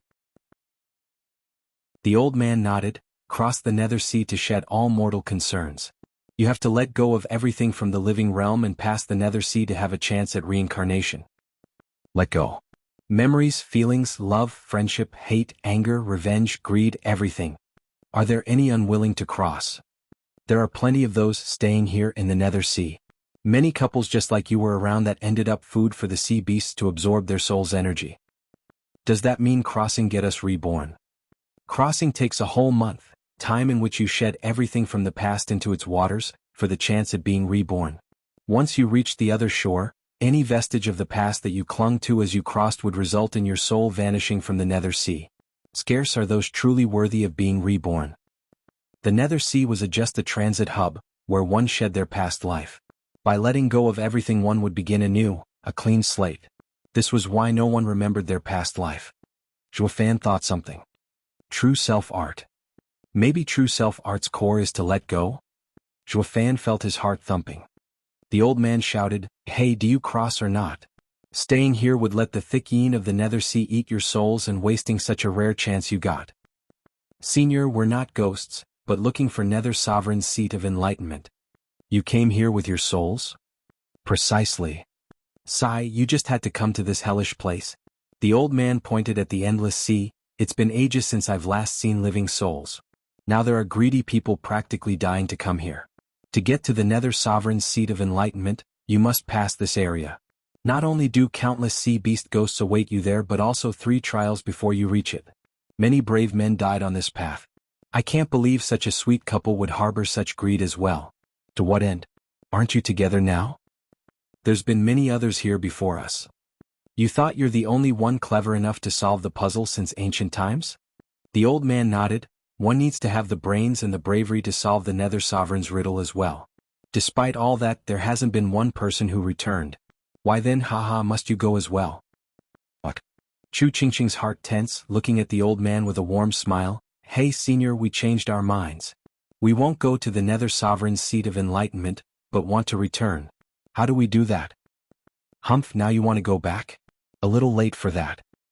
The old man pointed at the shore. It's hard coming in and harder coming out. You need to cross Nether Sovereign's seat of enlightenment to return, or forever stay here until death. You mean cross the Nether Sea and its 3 trials? Yes, you asked for this, didn't you? So don't blame me. The old man patronized. Zhuofan smiled, turning to a bitter Chu Qingqing. It's fine. As long as we're together, nothing else matters. We've been through this before, haven't we? Right. Chu Qingqing nodded, greatly motivated, and said to the elder, "Can you help us cross the sea to Nether Sovereign's seat of..." Where'd he go? The old man was gone. His voice came of faintly, "I only cross ghosts, never bothering with those fated to come here. If heaven wills it, we'll meet again, haha." His sharp laughter echoed everywhere, but he was nowhere to be found. Chapter 1227, First Trial. Chapter 1227, First Trial. Proofreader, Papatonks. Senior, are you ignoring us? Chu Qingqing cried at nothing, with silence her only reply. Zhuofan shrugged. He crosses the dead, not the living. He'll just take us when we breathe our last, haha. What else can I expect from a creep? I don't need his help anyway. Why, you'd have a chance to be reborn. That means living another life and forgetting everyone. Master, senior aunts, senior sisters, and Chu Qingqing paused, peeking at Zhuofan. Zhuofan smiled. Then we better make sure we live through it. Right? Chu Qingqing nodded with conviction. Zhuofan took her flying towards the raging sea, vanishing in the distance. As this was Nether Sovereign's seat of enlightenment, testing them was a given, but it didn't seem to limit their strength either. Except for their earthly vessels, they maintained all their power. Chu Qingqing didn't know this little tidbit, looking oddly at him flying. You can actually fly here. Maybe the Nether Sea has something to do with it, making me feel so light. There's no way I could fly outside, that would make me a ghost, haha. Chu Qingqing flew along, no longer minding it. A roar boomed with relentless force as a flood dragon shot from the sea and sent water everywhere as it went to swallow the two of them in its maw. All they noticed was how everything went black the next second, already in its belly. It then went beneath the surface once more and swam without a care. The other sea beasts knew to stay clear. As it cruised, the flood dragon halted all of a sudden and writhed in pain. Bam! The sea exploded as the flood dragon's back got ripped off from inside and black flames shot out from the wound after turning its insides to charcoal. Zhuofan took Chu Qingqing outside, his eyes flaring in a dark black flame. Chu Qingqing cried, "Zhuofan, you're amazing. That was a 10th level spiritual beast, yet you just came out of it like nothing. How did you do that? And what was that black fire?" "Maybe turning into a soul made me stronger." Zhuofan gave a sheepish smile. "I certainly have no clue." Chu Qingqing gave him a long look but let it go in the end. Just that this bone-tempering cultivator got stronger and could even fly after coming to the Nether Sea. Turning into a ghost makes you stronger? Why not me as well? Roar. Roars came after noticing the commotion here, and the Nether Sea boiled. A flood of spiritual beasts scrambled over, each 1,000 meters long, all surrounding the two tiny human souls. Chu Qingqing watched the beasts she only witnessed in the sex paintings and paled with fright. "Zhuofan, they're all 12th level spiritual beasts, peak of the sacred domain. We're doomed. Come now, even with these high-level beasts they're nothing but ghosts now. They lack the power they had when they were alive." Zhuofan calculated, confident that the apocalyptic thunder flame and his sacred beast powers could take them. Zhuofan's left eye flared blue and the black thunder flame emerged. Before it even reached them, the beasts howled in agony, lowering their heads before Zhuofan. "Lord Cao's envoy, we didn't think to meet you here. I hope Sir can overlook the flood dragon's transgression. Please forgive us." The rest lowered their heads as well. Chu Qingqing started dumbstruck. "Cao? What's that?" Zhuofan felt his left eye, coming up with an idea why. The thunder flame could deal with them but not command them into submission. They were only bowing their heads toward Cao's eye. Why didn't it ever occur to me that heaven-sealing Cao was a lord of the seas? It's obvious now the sea beasts would listen to him, but... You're all dead and have come to Nether Sea, yet still listen to Lord Cao? We are sea beasts. Lord Cao is our primogenitor. Where might Lord Cao be right now? Is he alive? The beasts did not finish, fearing for their lord's fate. Zhuofan coughed. "Lord Cao is alive and well. It happened that when I trained in a deadly fire and got out of control, Lord Cao offered his wounded eye to save my life. Lord Cao is my savior." "Oh, that means his malice towards humans has subsided. Good. We've been by ourselves and worry Lord would be forever taken in by hatred. For Lord to give his eye to save Sir's life proves Lord's approval of Sir. A pity you are in the Nether Sea now and must have met with disaster. Could we be of any help? We seek the Nether Sovereign's seat of enlightenment. Could you take us to it?" Zhuofan asked. The beasts were put on the spot. "You need to pass the trials to reach it first. We've been charged with blocking you, but since Lord cares so much of Sir, we will no longer stop you. As for reaching the Nether Sovereign's place so easily, it's impossible. We can't pass the 3 gates. Then guide us there and I'll do the rest. Sir, forgive our presumptuous words, but the Guardians are incredibly strong. Going there is dangerous. I'm a soul now, so how much worse can it get? I either go or die." The beasts shared a look and nodded. "Then please jump on my back, Sir, I'll take you." "Much obliged." Zhuofan smirked and took Chu Qingqing on the back of the 12th level sea beast. It waded forth like an emperor, with the other beasts acting as its imperial guards. The average beast had no idea what caused such a group to go out with such ferocity. They made the wise decision to turn tail and scram for their lives. Chu Qingqing and Zhuofan stood on the back of the beast, side by side. It was astonishing to see all the beasts around them showing nothing but respect to those two humans. She was so startled that she gave Zhuofan a long look. Outside, he looked like a bone-tempering cultivator with some status that offered some incredible assistance. Now, however, he looked like the king of the world. Which is the real him? Is he more suited as a ghost than a human? An all-powerful king of hell maybe? Chu Qingqing was in constant confusion. The clamoring procession of beasts went on. Behind them, an aged figure floated. Everyone has a hard time coming out of the first trial bruised and weary from those sea beasts' harassment, but this kid had them show the way. Might it be him? An hour later, the couple arrived before a large gate. the two pillars a deep red and hundreds of meters tall. They towered inside the sea, yet they still shone in a terrifying glow. The huge sea beast slowed down, turning to them. "Sir, we've arrived at the first pass Tyrant Gate." "Oh?" Zhuo Fan casually jumped off with Chu Qingqing, looking at the huge gate. "Does the test expect us to push it?" The sea beast nodded. "Yes, Tyrant Gate requires boundless strength to open.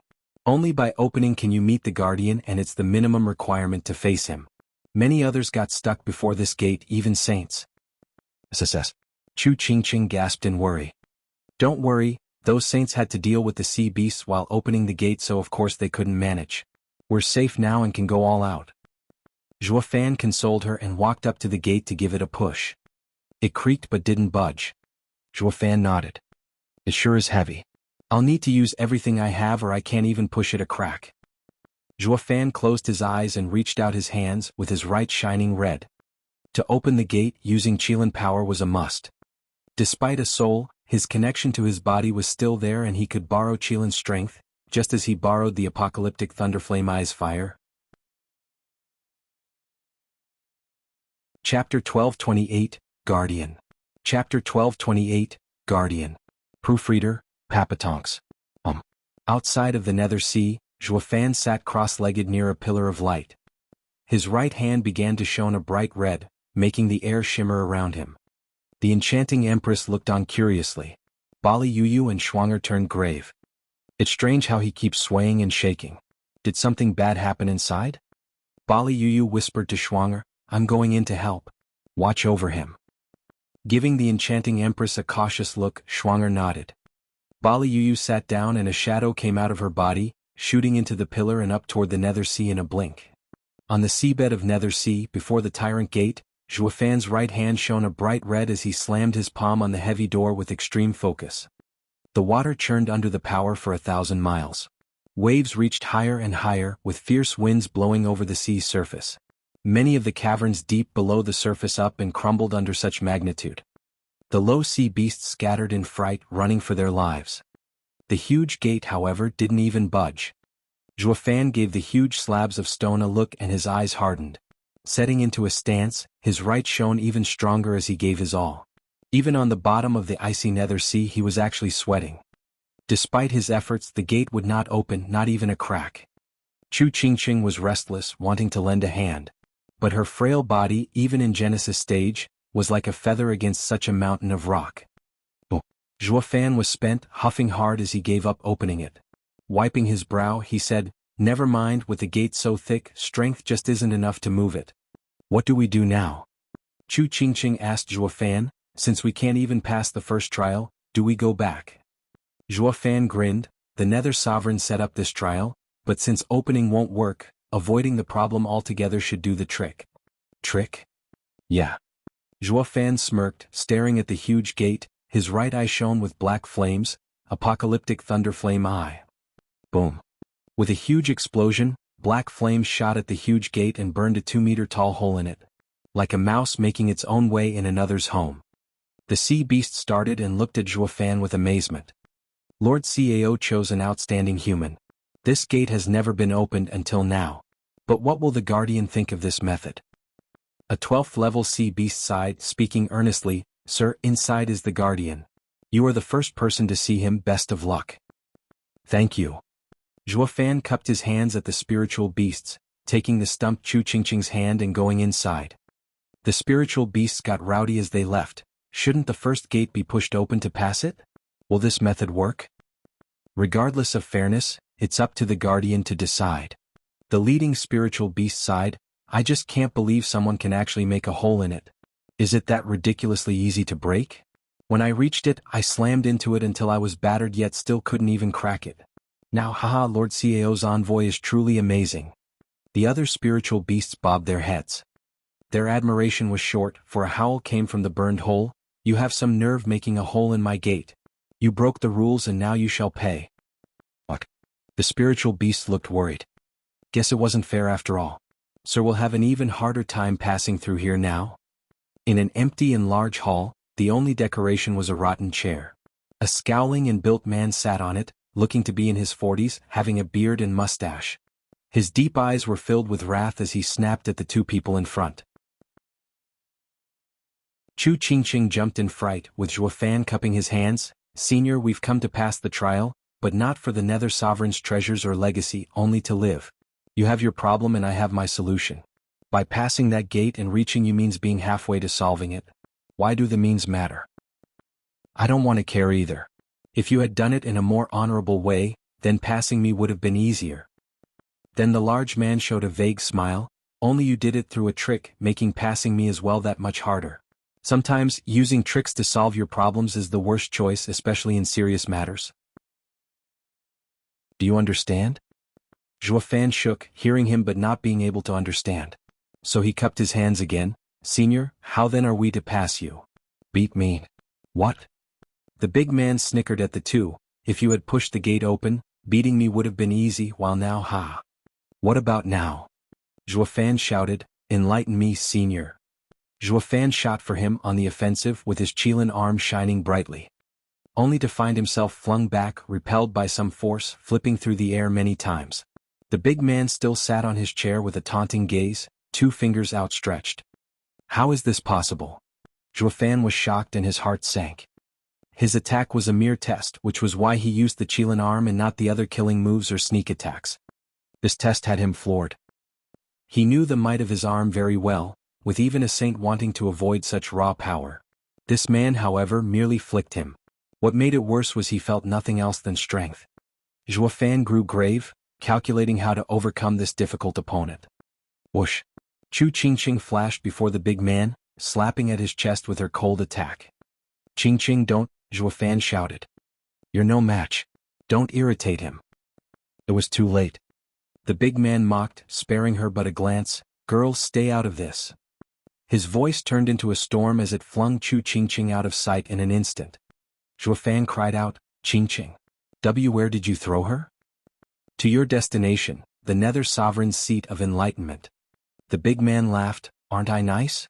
Since you like tricks so much, here's your chance to use them again by sending you straight to the destination without having to pass the trials. Though it's hard to say how the Missy will be treated when she reaches it, haha." Zhuo Fan's heart sank, clenching his fists and letting his right eye shine in one golden halo. Divine Eye of the Void's first stage, shift. Whoosh! He popped up in front of the man's face, with his right eye now glowing with 2 rings, while his left burned with the black thunder flame. Divine Eye of the Void second stage, Thunder Flame Void Annihilation. Oh. The deadly flames shot for the man like vipers, the short distance making dodging impossible. Chapter 1229, You won. Chapter 1229, You won. Proofreader, Papatonks. Boom. The black flames ran rampant. Zhuo Fan drifted to the floor, staring at the raging blackness. He refused to believe this expert would offer himself up to be blindsided like this.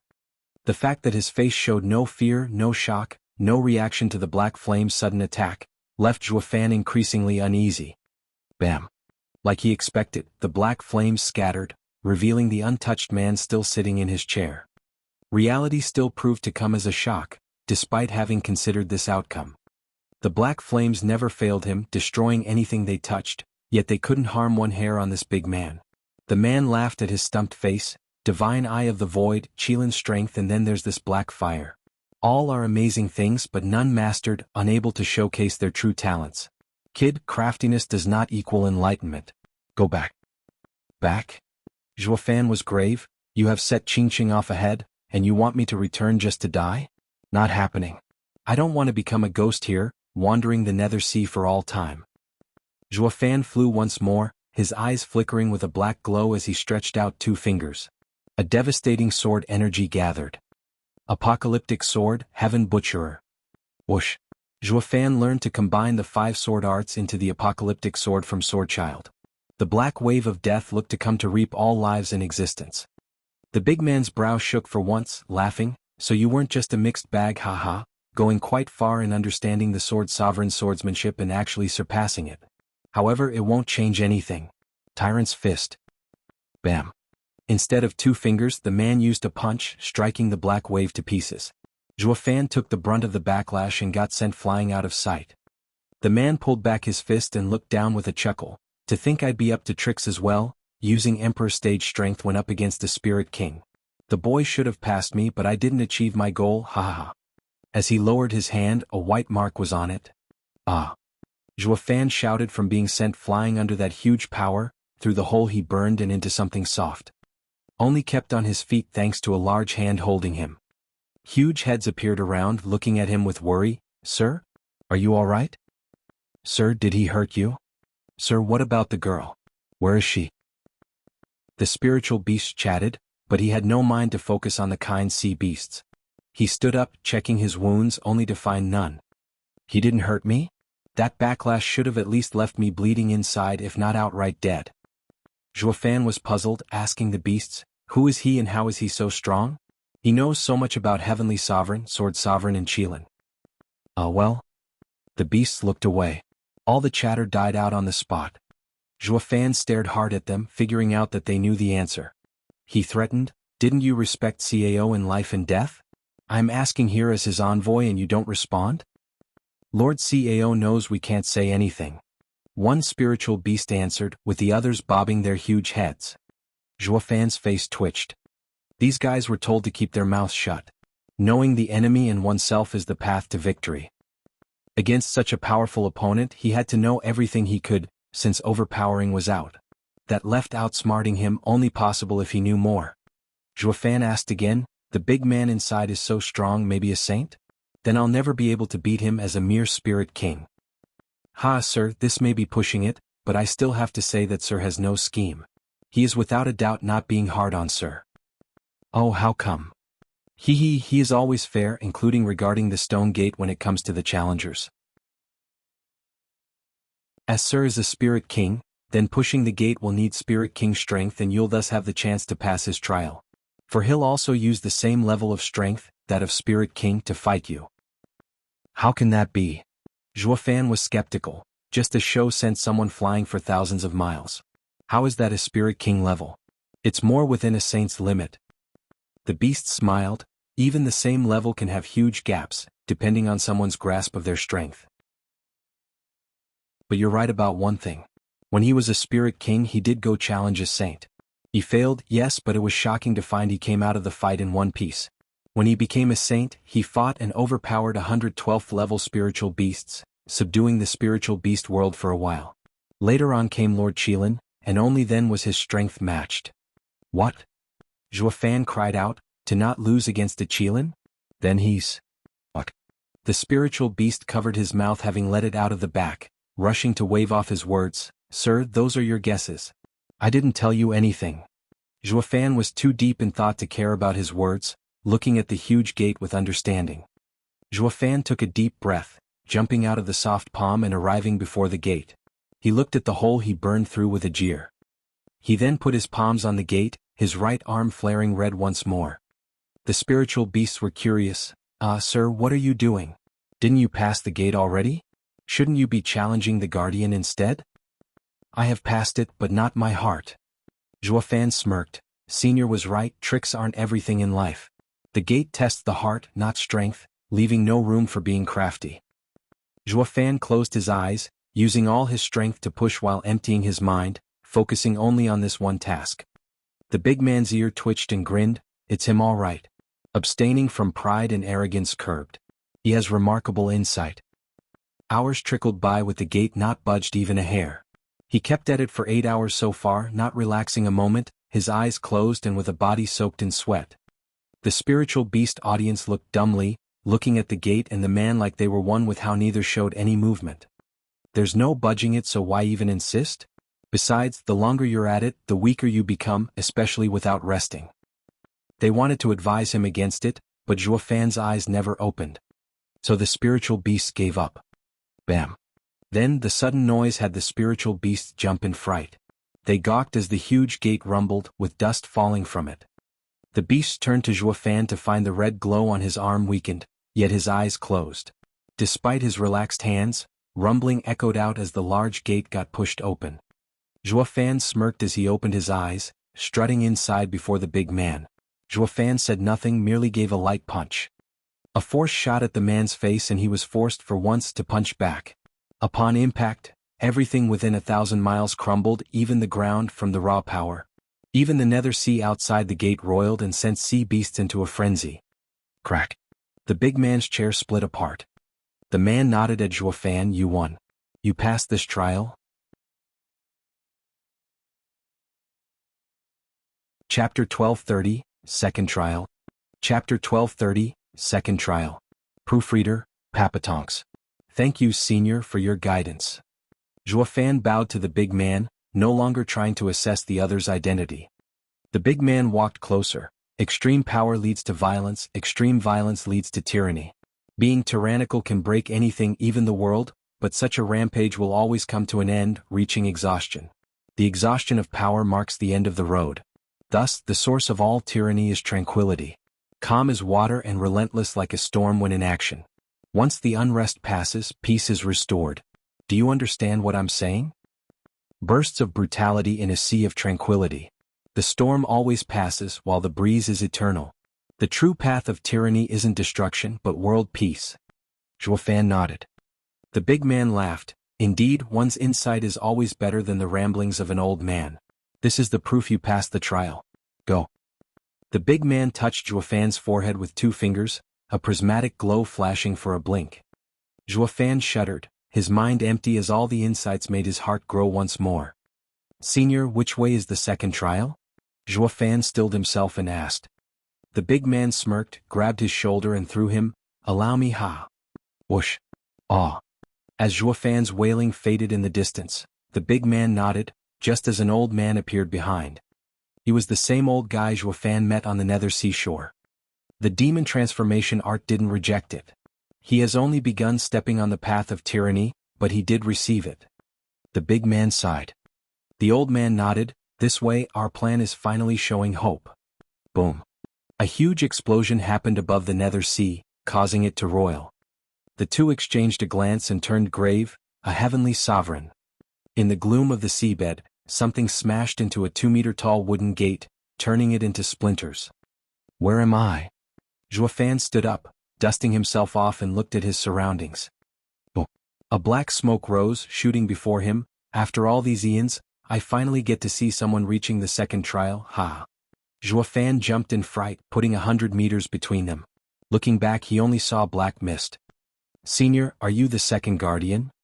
Thinking he was renowned as well, Zhuo Fan gave a deep bow, sizing the hidden figure and the ruined gate. That's the second trial's gate? Did I just cross it? The black mist cackled. Hi, of course. What else would you call smashing straight through the gate?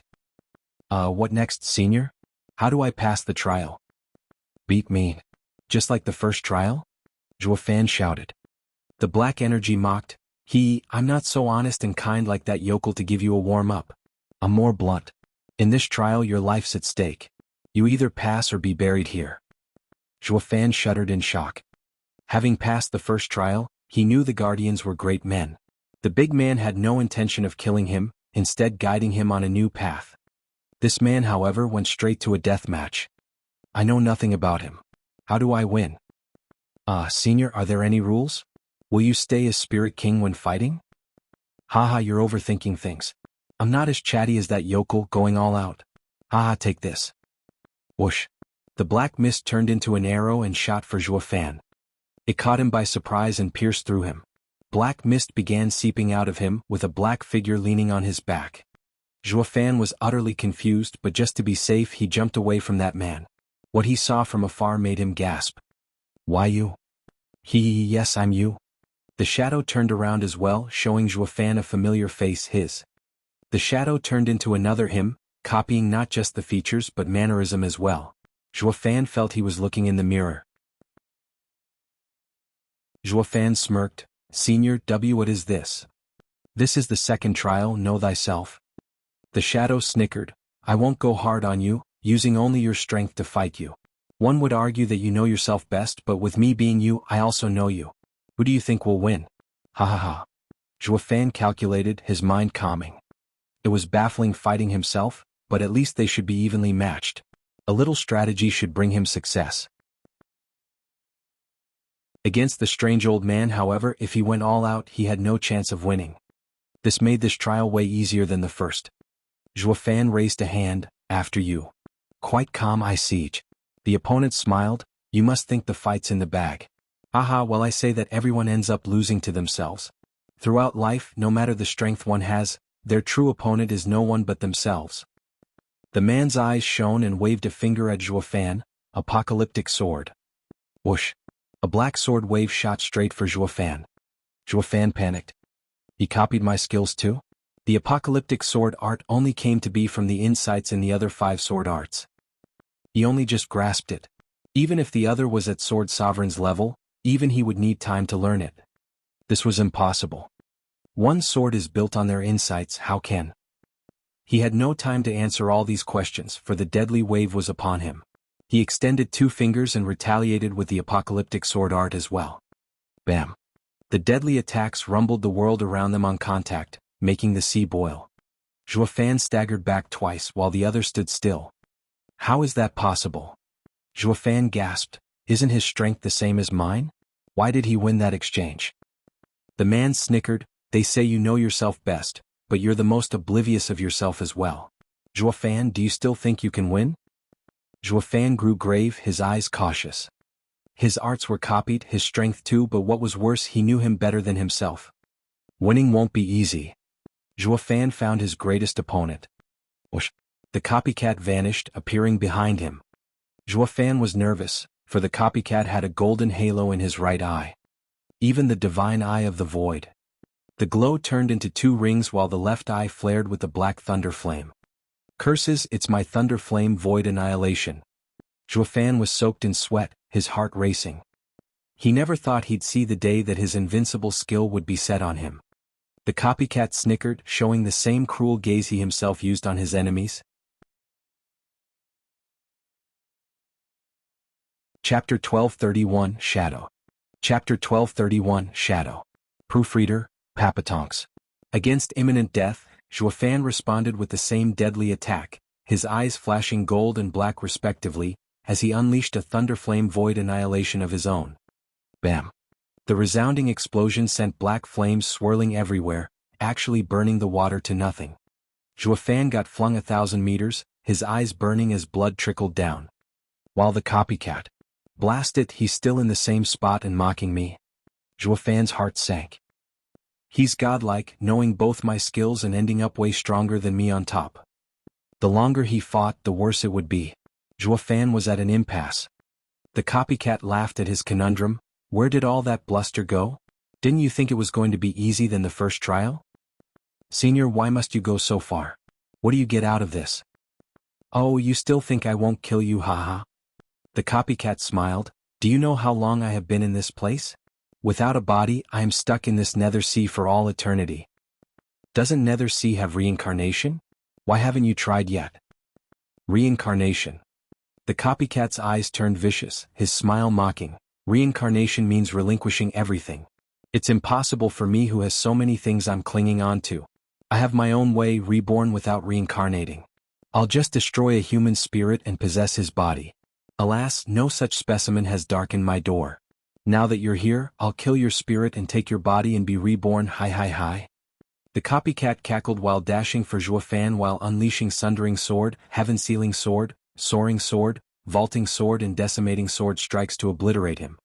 Zhuo Fan jumped back again and again, dodging out of the whirlwind of death. The close calls and the thick bloodlust he sensed from the slashes had him shudder. Plop. Zhuo Fan got struck by 3 sword waves. One through each hand and one through the shoulder. The pain was agonizing, a pain felt in the soul. Zhuo Fan was used to it by now, though the problem was how to deal with the relentless copycat. Zhuo Fan brightened just then, finding hope in one aspect. The copycat has taken all my skills, but does that include my recent insight as well? Zhuo Fan halted his movements under the rain of sword energy, stilling his mind. At extreme power, tyranny obliterated in an instant. Qilin Fist. Zhuo Fan punched, with the tip exploding in a brilliant red. Boom. The space warped around him as the nether sea roiled. The horrible power crushed all in its path as it went for the copycat. Not even the sword energies could withstand it. The tyrannical path he gleaned in at the first trial matched the Qilin's power to a degree that it could take on a saint. The copycat merely smiled, shocking Zhuo Fan by punching as well, using the exact same motions Zhuo Fan did. He can copy even this. Haha, I told you I'm you. I have what you have. The copycat smashed forward, but far stronger. Bam. The punches met and the water boiled. The black cracks around them spread in every direction, but the strongest shockwave came straight for Zhuofan. The copycat had crushed his attack again. Zhuofan couldn't believe this was happening. Am I helpless against some pretender? Bam. The aftermath flung him half a mile, making his entire body feel pain and weakening him. As he slumped to the ground, he was too weak to even get up. The only saving grace is I'm a soul without innards, or I'd be turned to paste by now. Whoosh. The copycat flashed before him with a savage grin. Ha, you lost and couldn't pass the trial.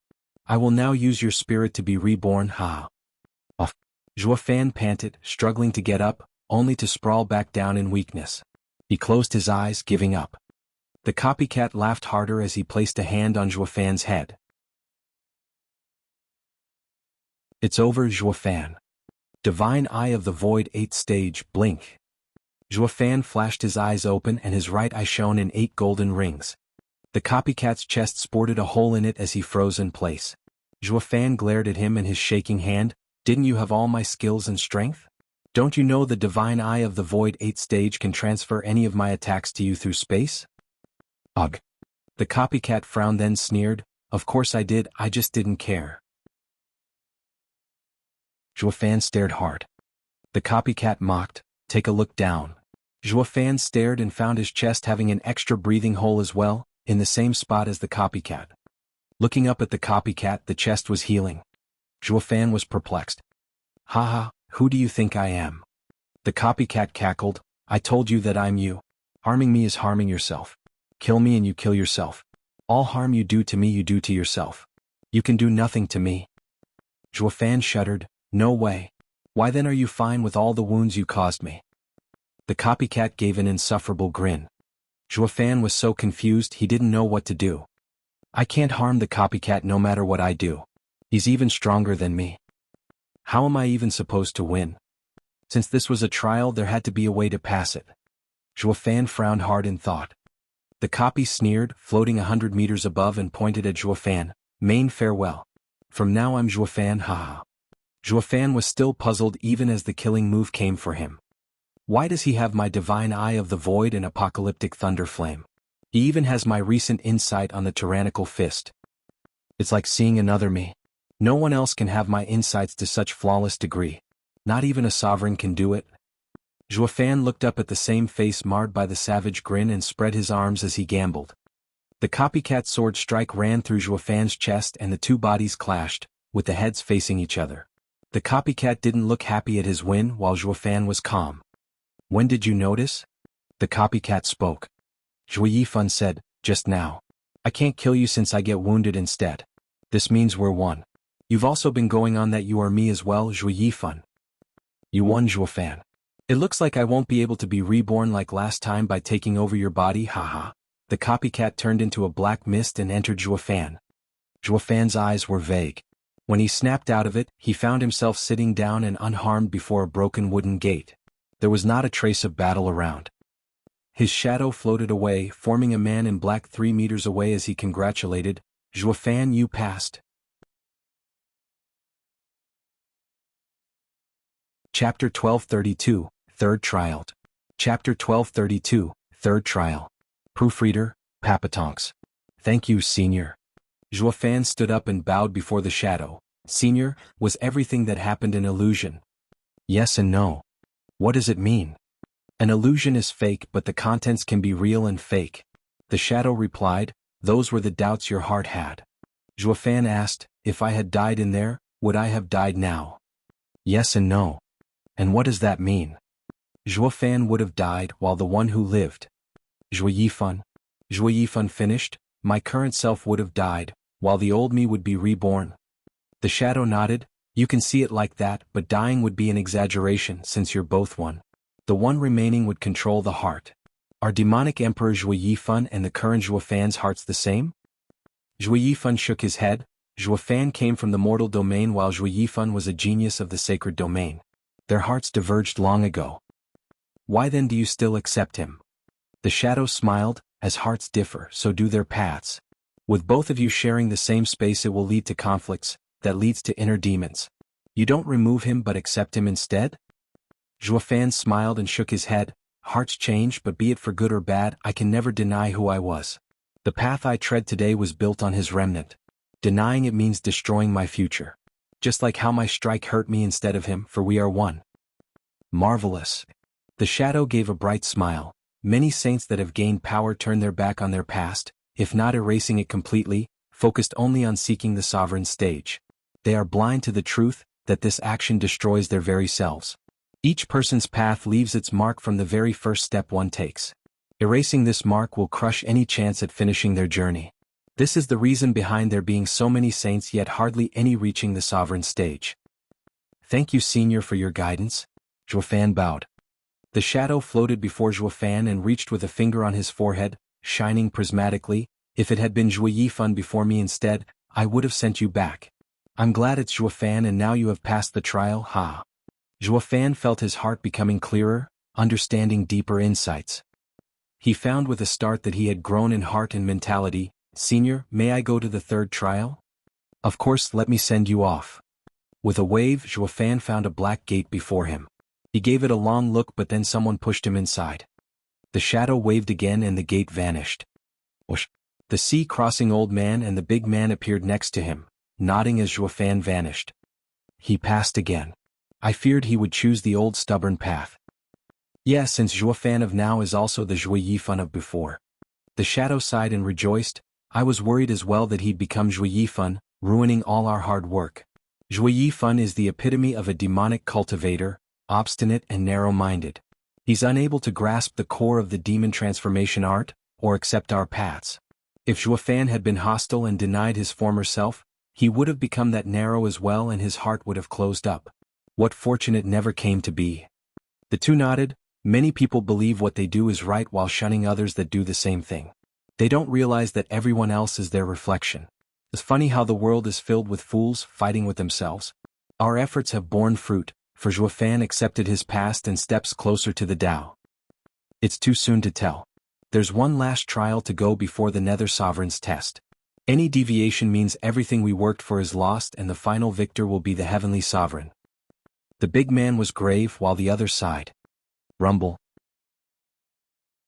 The three looked up at the sky and tensed. Our four sovereign paths have been holding the Nether Sea for so many years against the Heavenly Sovereign, but with two of us having been passed on, there's no telling how long before the Nether Sea falls under his assaults. I just hope it'll be enough for all the inheritances to be passed on. Boom. Another rumble came from above, making the entire sea roil and the sea beasts rushing into hiding, all of them. Ah. Zhuofan slammed into the ground once more with a familiar cry. This place was way weirder than the last ones. There were pinwheels, wooden horses, swings, rocking chairs and many more toys. Zhuofan's face twitched. The first trial had a huge stone gate, almost impossible to open, but there I gained the tyrannical path. The second trial was facing my former self, to temper my mind. The seniors were quirky and had their own styles as mighty seniors, so what then is up with the third trial? A playground? I wouldn't have bought this stuff for young Sanzi 100 years ago. Zhuofan was on high alert regardless, shouting after seeing no one, "Is this the third trial? Senior, could you come out?" Silence. Zhuofan searched around but there wasn't any sign of any man around. Whoosh. A shadow flashed behind that startled Zhuofan. Looking back there was no one there. Pah. Another person appeared behind him again and Zhuofan swished around, but still no one. Senior, please, enough with the games. You have enough power to toy with me to death. Haha, I am close to dying of boredom, all alone for so many eons. Don't worry, I won't get tired of you anytime soon. A child's voice echoed, making Zhuofan flinch. Looking back, he still found no one there. Senior, does passing the third trial imply beating you as well? Why beat me? The child giggled. Since you want to pass, the goal is hide and seek. You find me and you pass. Hide and seek. Zhuofan frowned. Isn't that just random? Is that what you think? The child started, then let's play with the wooden dolls. When to pass? Curses, now the topic changed at random? There's no logic behind it. Unlike the other two seniors, this guy's all over the place. Is this the third trial's guardian? Zhuofan's face twitched and shook his head. Senior, can you please not joke around? I really want to pass, but isn't this a little beneath you? Beneath me? A big guy like you wants my respect? A figure flashed before Zhuofan, an 8-year-old child. He might look like that, but the eyes hid wisdom while the face showed pride as he looked down of sorts on Zhuofan. Zhuofan had a weird feeling it was like meeting young Sanzi again. He should have called young Sanzi a senior back then as well, but it was just too hard to say that to someone so young in body and mind. Oh, senior is a dead sacred beast as well? Hey, I'm human all the way. The child huffed and stuck out his tongue. Buddy, ever heard of the best talent in antiquity? Best talent? Zhuofan mulled, isn't that the heavenly sovereign? He's the first among the 10 sovereigns. Bah, his cultivation is the greatest, but he's not the best talent. The child turned smug. Talent is excelling in youth, achieving in their prime, and continues to dominate in their seniority. Look at me, my looks, my everlasting youth, aren't I an excelling youth? The heavenly sovereign has nothing on me. He can only stay in his 20s at best. In other words, he got his success at 20, reaching a cultivation enough to not grow old only then. But me, I got it all at 8. Who's the genius now?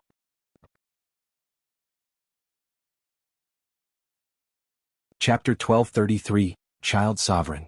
Chapter 1233, Child Sovereign. Proofreader, Papatonks. Zhuofan sized him up and shouted, I heard that among the 10 sovereigns, the last one is the child sovereign, having found his path in youth. Can it be that, sir? Hey, leave that last part out. The child sovereign's face twitched and sneered, were all sovereigns yet talk behind another's back? Especially those 3 having no shame calling themselves the top of sovereigns. And when it's my turn they label me as the runt. Couldn't you have come up with the ultimate talent instead? Are you looking down on me because of my looks? Zhuofan chuckled, bowing with respect. Forgive me, sovereign. But even so, sir is still a sovereign, a realm all want to achieve and never could, even if they get a poor title. I'd rather not hear you saying that about me. I'm not much worse than the other 9 either. The child sovereign flared his nostrils, looking at Zhuofan with a cold gaze. Buddy, did you come to pass the trial? Yes. Just go home, you won't make it. Why? I didn't even try. You're still asking why? Because you mentioned that title, that's why. Humph. The child sovereign stuck out his tongue. You called me last, so I'll keep you in the nether sea until you rot. Zhuofan sighed.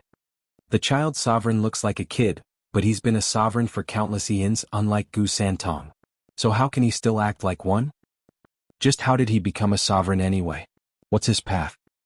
Regardless, he's being hard on me on purpose. At least I've been through this before with young Sanzi. Maybe I'll just coax the young sovereign. Just what made them stay the same after years and years? Sovereign, that was but a slip of the tongue. In truth, everyone respects and admires Sir the most among all the others. Zhuofan beamed, putting on an amiable look as he sucked up to him. There has never been one with more talent than Sir in all of history. There hasn't been any youth achieving their paths for so long. Even my godson Gu Santong, it was because he was a young sacred beast that he had so much power, but he also grew up in the end. Only Sir, forever young, can outclass all the other sovereigns. They must be jealous of your talent to call you last. But Sir isn't last to me, you are the first. Child sovereign gave a wide smile. Truly? More real than you and I. Just with your youthful looks, none of the others can match. They must be dying with envy, ha. Zhuofan smirked, running his mouth. It was an amazing feat attaining one's path at such an age, making him unique, but no one wanted to be stuck as a sniveling brat. The child sovereign's talent was incredible, but he was stuck in this form and could only console himself. Why would any other sovereigns ever be jealous of a shorty? Even Zhuofan wouldn't want to be like him. The child sovereign nodded, being as simple as his name implied, making a little flattery work on him.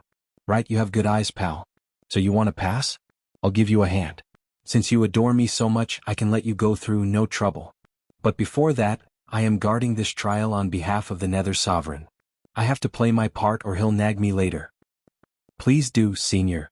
Zhuofan rejoiced. The other trials were dangerous, but both got him something great. The last trial had to be up to par as well, and he was looking forward to it. Child Sovereign beamed, so I'll go easy on ya by playing catch. Grab me and you pass. Zhuofan's face twitched, shaking his head. Sovereign, isn't this too easy? Does Sir have a deeper meaning behind the children's game? What else can help you pass? Oh, only passing, Fan felt let down for overthinking it. He feared it might be something impossible and would have failed, but now it was way too easy and he'd get nothing. I'm so picky. The child sovereign saw through him. Why, you like pain? Can do. The same game, but this time I'll make sure you'll be stuck here till you rot. Fan's heart sank. Having gone through 2 trials, he knew the sovereigns had a reason for being mysterious and acting so strange. Maybe the game's the same? Fan nodded gravely. Please guide me, Senior. Fan shot to grab the child sovereign. Whoosh. The child sovereign vanished then and there, popping behind him on a wooden horsey. Still think it's easy, not even able to reach me? Whoosh. Fan flashed as well and reached out for child sovereign's shoulder. I knew that even a restrained sovereign is impossible for me to overcome so easily. Fan sounded from behind child sovereign, his right eye shining in a golden halo as his hand was inches from the child. Fan felt some uneasiness as he continued, of course if sovereign used some mystical art, I would never ever be able to do it in a million years. Reverse psychology, is it? The child sovereign's eyes shone and snickered. Relax, I'm quite conscientious when playing and won't break the rules. Though it's not like it'll make a difference, you sneaky rascal, ha. Fan watched him on top of the strangely swaying wooden horse, just as his hand grabbed at the child's shoulder without touching him. I couldn't catch him even at such a distance? Fan was startled. The child sovereign was on the same swaying horse, giggling. I didn't move this time, but you still couldn't catch me? Ha ha ha. The child sovereign scurried over to a nearby bed, laughing. Fan was grave. The child sovereign has some weird movements. It looked like he used the swaying wooden horse to avoid me. Such precision and subtlety is just what a sovereign can do. He's weaker now, but he has experience and mentality to help him take on anyone. Fan's brow shook, his right eye shining golden. Freeze. The child sovereign's face turned solid and Fan reappeared to try and touch him, only for child sovereign to vanish once again. Illusion? Fan's heart raced. I didn't use any skill, having slipped away before you reached out. The child sovereign sounded from behind. Fan saw him on a swing, moving his feet around with a smile. So fast. Fan gasped. He's restrained yet can move faster than my divine eye of the void. A sovereign is on a whole other level. He doesn't have just strength, but many insights and skills to widen the gulf from the rest. Fan was eager to fight, shooting for the child sovereign with the divine eye of the void shining brightly. He flashed on and off, his hands moving and forming a net to trap the child sovereign. The kid's image warped like a mist, small or big as it slipped through the net with his annoying snicker. The playground found itself scoured by 2 figures, running all over the place as one chased and the other dodged. Fan gasped, huffing after 4 hours of no results. The child sovereign was giggling still from the swing. Brat, tired already? Look at me, I'm not even out of breath. You're a sovereign, how's that a comparison? It's just catch, yet you've been up to your old tricks and guile all this time. Of course you'll wear out. The child sovereign sighed. Pal, do you know the best animal to catch a mouse in his den? Fan said, a cat. Fool, the mouse itself. The child sovereign mocked, you only want to catch me, not play along. Since you can't go along with the flow, how can you catch me? Do you even know how or where I'm dodging? Fan shuddered, his mind abuzz.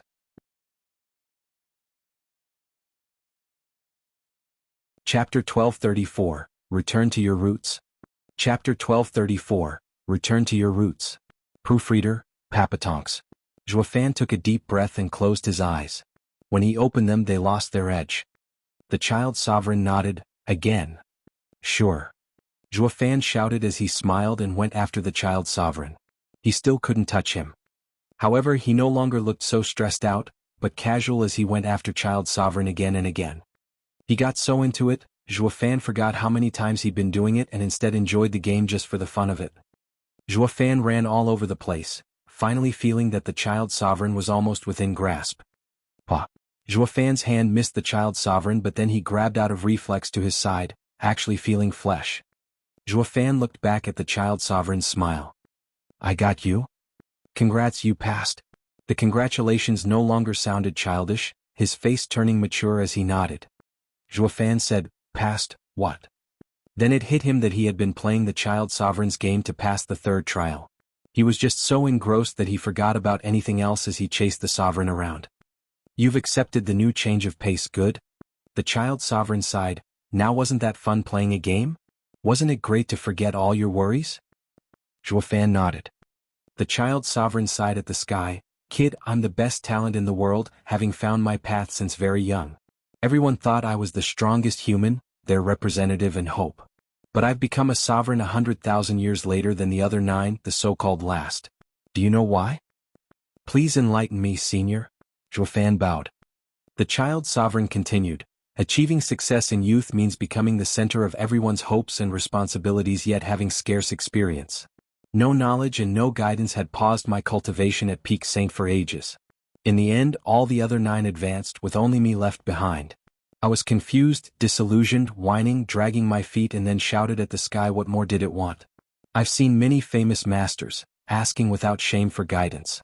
I've gone through trials and hardship, only to realize that what I lacked was living. Living? Yes, living.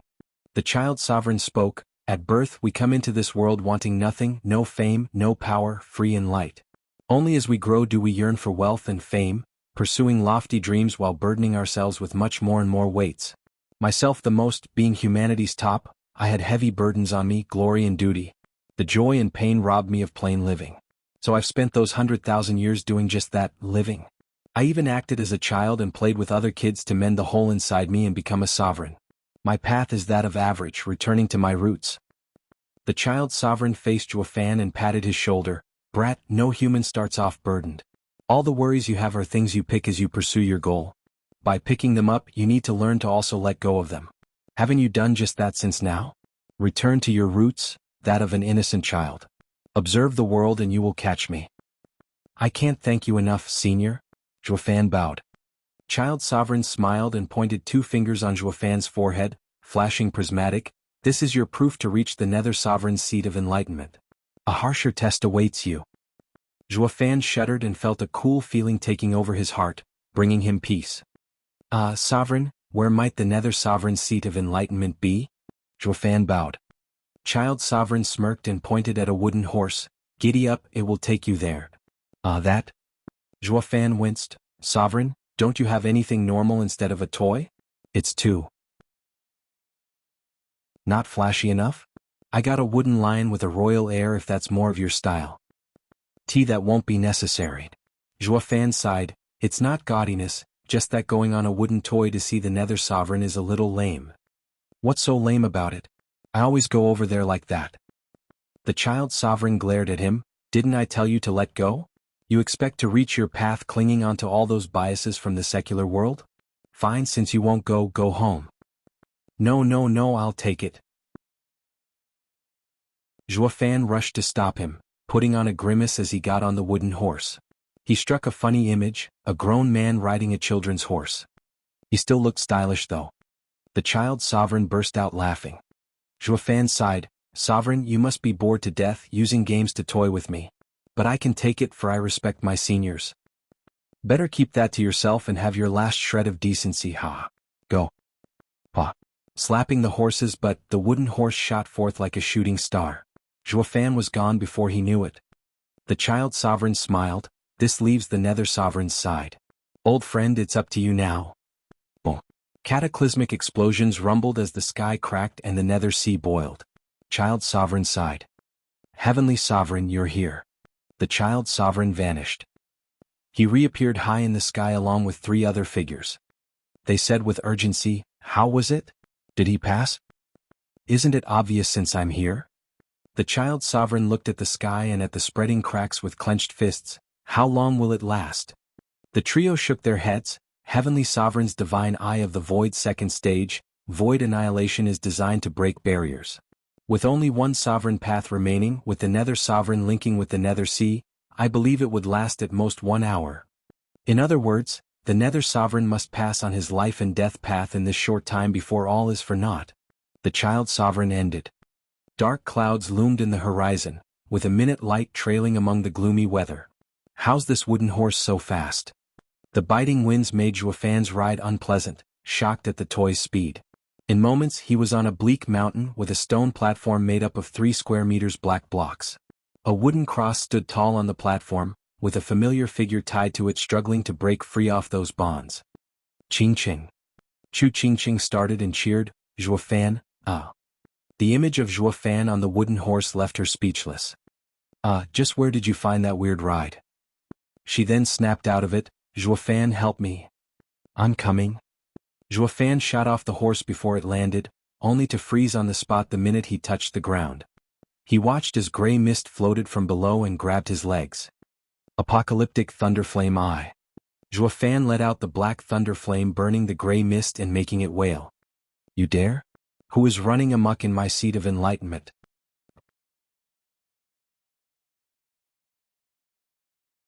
Chapter 1235, Lost Souls. Chapter 1235, Lost Souls. Proofreader, Papatonks. Whoosh.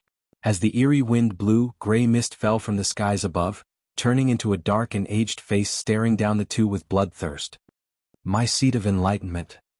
Chu Ching-ching was baffled. "Does that mean he's—" Zhuo Fan rushed to bow. "Greetings, Nether Sovereign." "It's really the Nether Sovereign? Didn't he die?" Chu Ching-ching was stumped. "Why then is everyone fighting over his seat of enlightenment then? They're only getting themselves killed trying to steal from the owner." She didn't know what to think of all those greedy fools. It was said that the 10 ancient sovereigns fell, and finding their seat of enlightenment would mean inheriting their legacy to become a sovereign. Since the guy was still alive and you're trying to steal his stuff, you must be itching to die. The Nether Sovereign glanced over and sneered, "I am Nether Sovereign, ruling over life and death. Death won't stop me. Since my Nether Sea can hold lost souls, why can't it hold myself?" Chu Ching-ching bobbed her head. "Yeah, the Nether Sovereign is the patriarch of all lost souls. With the Nether Sea holding them, it can have him as well. Those out there must be unbearably naive to go after the Nether Sovereign stuff of all people. But we were not here to take anything, we just got involved by accident. What a cruel fate. Senior Nether Sovereign, we have come here by accident and only wish to return to our world and not take anything. I hope Sir will pardon us." Zhuo Fan bowed. "As per your demands, I passed the 3 trials. Please let us go." Chu Ching-ching bobbed her head. The Nether Sovereign sneered, "Trials? Right, I did set those up so one could see me by passing them, but that does not guarantee you'll get to leave with your life. A chance isn't the same as certainty. It's all up to my mood." Senior Nether Sovereign, are you perhaps happy now?" "Anything but." "Why?" Zhuo Fan and Chu Ching-ching asked. Nether Sovereign scorned, "You expect me to smile when some brats barge in, messing up my concentration?" Rumble. A boom came from up above and the Nether Sovereign turned grave. "However, I won't go hard on you and shall give you a choice. One of you shall stay and one can return. You choose." "I'm staying." Both shouted at the same time. The Nether Sovereign cackled, "Haha, that was quick. Was I being too easy perhaps? Then here's another. Senior, you're a renowned sovereign. How could you not keep your word?" Chu Ching-ching tensed and looked at Zhuo Fan. "Since you're letting someone go, let him. I will become a lost soul." Zhuo Fan remained silent because he knew the problem was simple and complicated. Neither of them wanted the other to become a lost soul. The Nether Sovereign had brought up this question because he already had a solution in mind. The Nether Sovereign smiled, "I told you that you have a chance to walk away alive. Since you couldn't choose it, let me help you." The Nether Sovereign's eyes shot 2 gray rays that created a huge hole in the air. Howling and booming came from beyond. The two of them saw familiar people running, chased around by a tide of shadows. He Xiaofeng and Zhao Chen were being hounded by the Nether Sea souls. Bali Yu was there as well. "What's she doing here?" Zhuo Fan was worried. The Nether Sovereign turned to them, "Your enemy and your friend are there. Now, since only one can live, who will you choose?" Zhuo Fan fell silent. Between him and Chu Ching-ching, he would pick Ching-ching without delay. His life was his own, and didn't matter what happened as long as he passed on with clear conscience. But Bali Yu's sudden entrance made it harder. Dying because of him would make him feel guilty. Zhuo Fan never owed anyone anything, and this made the choice that much harder. Go. The Nether Sovereign laughed, blowing over them and sending them among the sea of lost souls. Bam. He Xiaofeng met an old man's palm with his own, sending him reeling and his blood boiling despite being a soul. Curses, there are saint souls here. The Nether Sea is too difficult. Oh, Ching-ching, you're here. You found them? Zhao Qin beat a soul and looked in joy. Steward Zhua, where did you go? We couldn't find you no matter how much we looked. Are you all right? Zhua Fan frowned. They did not cross the 3 trials, or maybe, were they for me? Doesn't everyone have the chance to receive a sovereign's guidance? Whoosh. A shadow appeared and struck for Zhua Fan's back, but then a kick sent it flying as Bali Yu flashed on Zhua Fan's side, rejoicing. Zhua Fan, you're all right. Yu, did someone tell you about 3 trials? What trials? The minute we entered, lost souls started chasing us down, not bothering to even speak. I just thought they can't speak to begin with. Why? Oh, nothing. Zhua Fan was grave, further proving that the tests were held for him in particular. Further, the only way to find the Nether Sea was through Sovereign Yun's globe. Then there were the Sovereign's 3 tests. Was this all on purpose? But why? I was a mere demonic emperor before. Is it because I found 9 Serenity's secret records? Zhua Fan was confused. Ah. Zhua Fan startled awake. Qingqing. Chu Qingqing was still stuck to the cross, unable to move as the souls shrieked and approached. Qingqing. Yi Xiaofeng shouted as well, yet was happy inside. Great, a damsel in distress in need of a hero. I don't know how she got up there or how she appeared here, but I just have to save her and her heart will be mine as well as it. Yi Xiaofeng shot for Chu Qingqing, shining silver. A huge figure with 8 swords on its back appeared, almost 1,000 meters tall. A saint's unique ability, sacred body. Damned souls, leave Qingqing alone. The huge image reached for 2 swords and slashed. Boom. Tornadoes flew from the speed and power and erased everything in their path. Yi Xiaofeng's image towered above like a mighty king. He sneered at everyone with pride and conceit. Well, Qingqing, aren't I cool? Bam. He didn't get to wallow in his narcissistic tendencies as the following boom was from an even bigger fist hurtling his image through the air. He hit the ground hard and shattered his sacred body. Yi Xiaofeng felt his entire body aching and turned pale. Who did that? Curses, that really hurt. Yi Xiaofeng panted as he strained to look up. Peak Saint? There's a Peak Saint in the Nether Sea? He actually died? Before him was another colossal image, wearing a dark face of disdain. Ignorant pipsqueak, in the great ancient war even sovereigns fell, let alone some lousy Peak Saints. You dare prance before me, foolish second-layer saint? Yi Xiaofeng's heart sank. The Nether Sea is the Nether Sovereign's domain, so of course there'd be monstrous souls.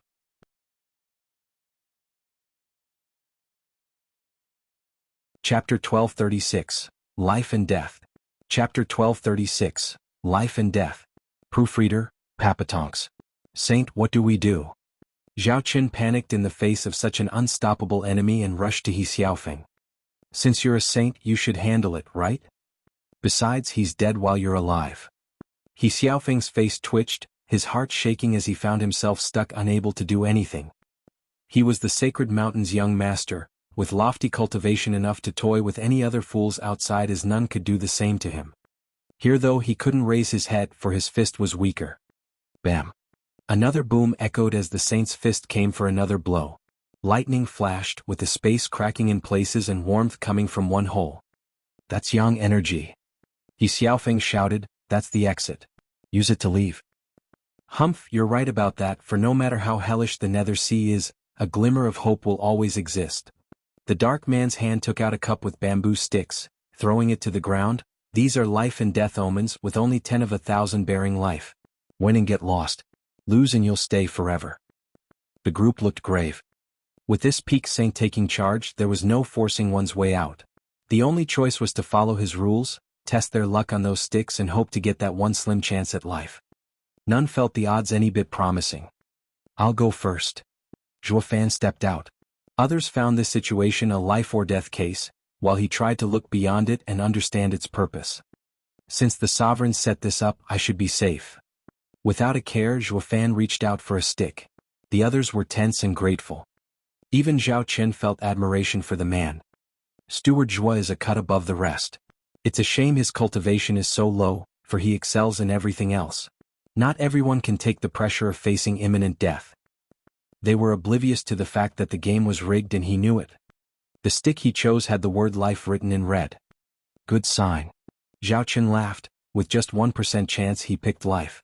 Steward Zhua's fortune is beyond life, ha. What fortune, that is a total disaster. He Xiaofeng spat, picking life means our odds just dropped, imbecile. Zhao Qin choked. No one else was eager to try their luck. In the end, Bali Yu finally went for it. The thin stick had a black word on it, death. Bali Yu sighed towards Zhuo Fan. The others tensing. Life is fortune while death is normal. But will such a blessing fall on me as well? What are the rest of you waiting? The Peak Saint huffed. I take it that you give up and choose to stay in the Nether Sea forever. He Xiaofeng glared hard at Zhao Chen, barking, go pick. Since the order wouldn't change anything, Zhao Chen reached out with a shaky hand, picking up a life stick. Zhao Chen was elated and laughed. He Xiaofeng's face twitched. Curses, I should have gone instead. Now the odds are lower. He Xiaofeng reached out with a trembling hand, sweat trickling down. But then he thought better and pointed at Chu Qingqing. Wait, what about her? How can she pick one when she's tied up? Her? She caused trouble and was tied up. She'll have to let another pick for her. Her fate is either to live or to have her soul destroyed here and now, never even able to wander the Nether Sea. What? Everyone gasped. What did she do to deserve such cruel punishment? Zhuo Fan understood everything and said nothing. He Xiaofeng's eyes shone and picked, death. He Xiaofeng's horrified face was pale as paper. The Peak Saint cackled, rotten cretin, how many souls did you kill in the Nether Sea so far? You should have been tied up as well and die at my hand. Now that you chose death, you're dead anyway. His palm flashed with unseen speed. Wait! He Xiaofeng shouted.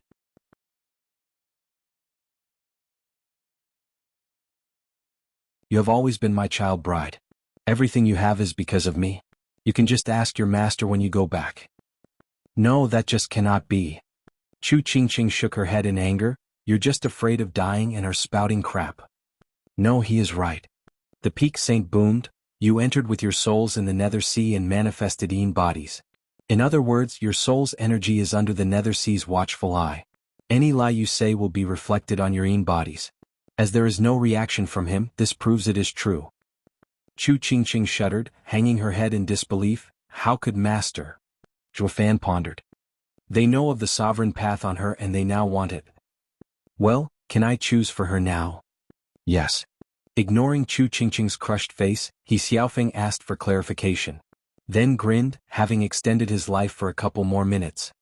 He now had another chance to actually survive this. So he picked a stick again, far more carefully. Pa. He Xiaofeng chose from the middle and held out the stick with the red word as he cackled, it's life. I picked life. I can return, ha ha ha.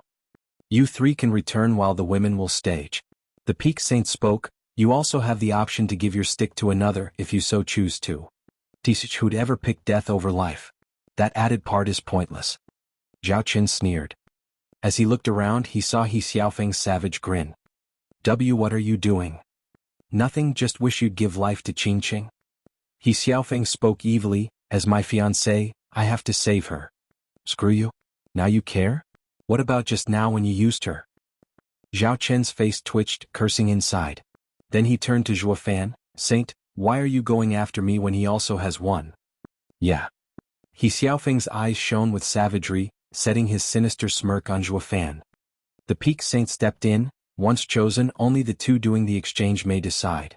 In other words, the one who chooses life must want to, but the one who chooses death must want just as well for the deal to work. Tisich, it's obvious for a life chooser, but what's up with a death chooser refusing? Zhao Qin sneered, how do you know they wouldn't want to? The man mocked, vulgar fools like you can never understand life and death. Have you forgotten that the Nether Sea is watching your souls? Your true intentions will be laid bare regardless of lies. That's why the Nether Sea insists for souls to enter. It's like baring yourself and exposing every aspect of you. He Xiaofeng sighed and spat, Zhuo Fan, weren't you always fond of Qingqing? You should sacrifice yourself for her. No, I changed my mind. Zhuo Fan chuckled, turning to Bali Yuyu, I want to give my life to Yuyu.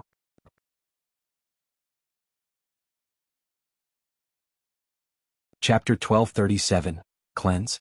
Chapter 1237, Cleanse. Proofreader, Papatonks. What? Everyone was baffled, even Bali Yuyu, by Zhuo Fan's choice.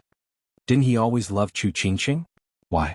Zhuo Fan walked before Bali Yuyu and sighed as he gave her the life stick. There's no need for you to stay in hell because of me. Go back. You're giving me life because you owe me? Her big eyes watched him. Zhuofan shook his head. No, that intention might have been before, but now I truly want you to live. Just because the heart chooses to. Bali Yuyu looked at the peak saint with questioning eyes. He is sincere. The saint judged. Bali Yuyu bit her lip and looked at Chu Qingqing as she held her own death stick. I understand what you're thinking. Even though you want to die, I will respect your decision. Both hearts agree. The deal is concluded. The saint spoke. Zhuofan smiled and patted Bali Yuyu's shoulder, taking her death stick and walking to Chu Qingqing. Bali Yuyu's eyes teared up. He Xiaofeng was baffled. What's up with him?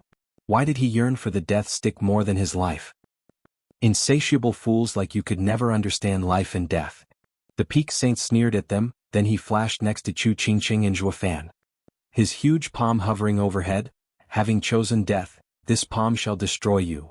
Zhuofan hugged Chu Qingqing with a peaceful expression. Will you regret us dying? It matters not when neither life nor death can part us. Chu Qingqing smiled back, then sighed. I just feel a bit of loss since I don't know where I came from. I had someone look into it. We'll know it soon if we survive. Since death doesn't matter, neither does anything else as I'm with you. Chu Qingqing muttered. Boom. The huge palm slammed down, the two vanishing in a flash of bright light, dead. Everyone watched them vanish, then Zhao Qin shrugged. I came to the Nether Sea yet got nothing for my troubles, losing instead my genius aid. Crack. Yi Xiaofeng's clenched his fists. I have it much worse than you. Do you have any idea how much Chu Qingqing was worth? The ancient and fragmented records of the sacred mountains say that she could become a sovereign. It's an utter loss letting her die here in the Nether Sea. I shouldn't have brought her. I thought she might be of help searching for a sovereign's domain, but... Yi Xiaofeng flicked his sleeve and left. Bali Yuyu watched the two vanish with a bitter smile. The peak saint called out before she went as well. Wait. What is it? Bali Yuyu frowned. Tao is descending and the end of days is nigh. The only hope lies with Zhuofan. Seeing your sincerity towards him, I can trust you. The Nether Sovereign wishes to ask you if you will help him. He still alive? Bali Yuyu cheered. Zhuofan and Chu Qingqing appeared back on the stone platform, with the Nether Sovereign watching the couple with a nod. Living fear death, but that is mere regret of the things they have to give up by dying, the things they couldn't do. Letting go of everything makes life and death meaningless. Zhuofan, you passed the last test. Thank you, Sovereign, for your wisdom. Zhuofan bowed. Only, aren't you worried that I was certain you wouldn't kill me? The Nether Sovereign raised an eyebrow. Kill you? Did you really think I never thought of it? Except for the three guardians, the other testers were Zhui Yifan from your heart and that peak saint. None of them have ever gone easy on you. By failing to grasp the tyrannical path, you wouldn't have passed the first trial. You took on his fist intent and while you can't feel it, your body is in shambles. Any more strikes and your body would have crumbled and left you in the Nether Sea forever. Zhuofan shuddered from shock. On the second trial, if Zhui Yifan had won, you wouldn't be you anymore. Your heart would have regressed to the time of being the demonic emperor in sacred domain, with the 100 years of experience in the mortal domain erased. The Nether Sovereign continued, in the third trial was it really just a game with the child sovereign? With your spirit king soul power, didn't you find it odd how you still stood after 4 hours of relentless running? The trial strained your mind. Your spirit would have been spent to death if you hadn't understood the path. Gulp. Zhuofan's heart froze. He always thought they used different ways of teaching him, not realizing the deadly danger lurking beneath. The Nether Sovereign mocked, the 3 trials and the 5 testers, all passed on to you their path while also ready to kill you in the process. Nothing is free in this world. The bigger the risk, the bigger the reward, with the reward always in correlation with the price. They were earnest in passing their path to you, that meant holding nothing back, even if it meant ruining everything by killing you. It is the only way to truly invest oneself in teaching, by giving their all so that you can understand them. Just like that last palm, it struck not you but your heart. Had you not let go of all your worries, even believing to have a lucky break, the palm would have shattered your soul. It had nothing to do with Miss Chu at all. It was all you, ha ha ha. Zhuofan felt a chill down his spine, realizing with a start just how close he was skirting death. The sovereigns were too playful, hiding death behind their smiles and making me confused. The Nether Sovereign smiled. Rumble. The skies shook hard, the sound slamming into their ears. The Nether Sovereign grew worried and rushed things. Zhuofan, once you return, focus on understanding my life and death path as well as the other 3 paths. It's all up to you to stop the end of days. End of days? Zhuofan started, but then a prismatic glow entered him from the Nether Sovereign. The gloomy sky shattered and golden rays shone down from the high heavens. Nether Sovereign shouted, "Go!" The 2 were blown away and vanished from sight. The Nether Sovereign turned to the golden glow above and whistled. The other testers arrived looking grave. "Heavenly Sovereign, after all these years, you still managed to force your way in. Haha, you asked for this, didn't you?" The sky let out golden ripples and a humongous eye appeared with 12 golden rings in its center. "It would have been impossible to barge in here with your 4 sovereign paths holding me back. But you had to be suicidal and pass them all on." Suicidal? The first guardian mocked, "We've died eons ago. Everyone here is a mere damned soul clinging to their path. How is that suicidal?" The huge eye focused on him: Tyrant Sovereign, Shadow Sovereign, Child Sovereign, Nether Sovereign, and Rebirth Sovereign. You know yourselves to be damned souls, so why do you keep fighting me? I'm not doing this out of my wish but for the world's Tao. But your path is frightening. The old fisherman said, "The world is of yin and yang, condoning good and evil within its boundaries without any extremes. All the creatures had the right to live." Heavenly Sovereign mocked, "Tao is the foundation of everything in existence, discarded like a rag the minute the demonic path arrived. The world is tainted, no longer caring about Tao. What's terrifying is the demons and humanity. As the Heavenly Sovereign, I shall stand in heaven's stead to enact the Tao by purging all demons. As such, since you're all born of the demonic path, you all must be removed for being opposite of my path. We aren't demonic cultivators but people in coherence with Tao." Nether Sovereign spoke, "We seek the good in people while you can't see right from wrong. Of course we walk different paths. Humph, we really are different men on different paths. You want to use the demonic path to fuse the 10 paths, to fight my heavenly path. But all your hopes will be in vain with your plan in shambles. I will be the one to fuse the paths and not the one you rest your hopes on." Heavenly Sovereign mocked, "Farewell for good, old friends? Plants." The huge eye shone in 11 golden rings, unleashing a ripple of light. The Nether Sea vanished then and there, despite the Nether Sovereign's calm face. "Heavenly Sovereign, you will fail. Our paths shall bear witness."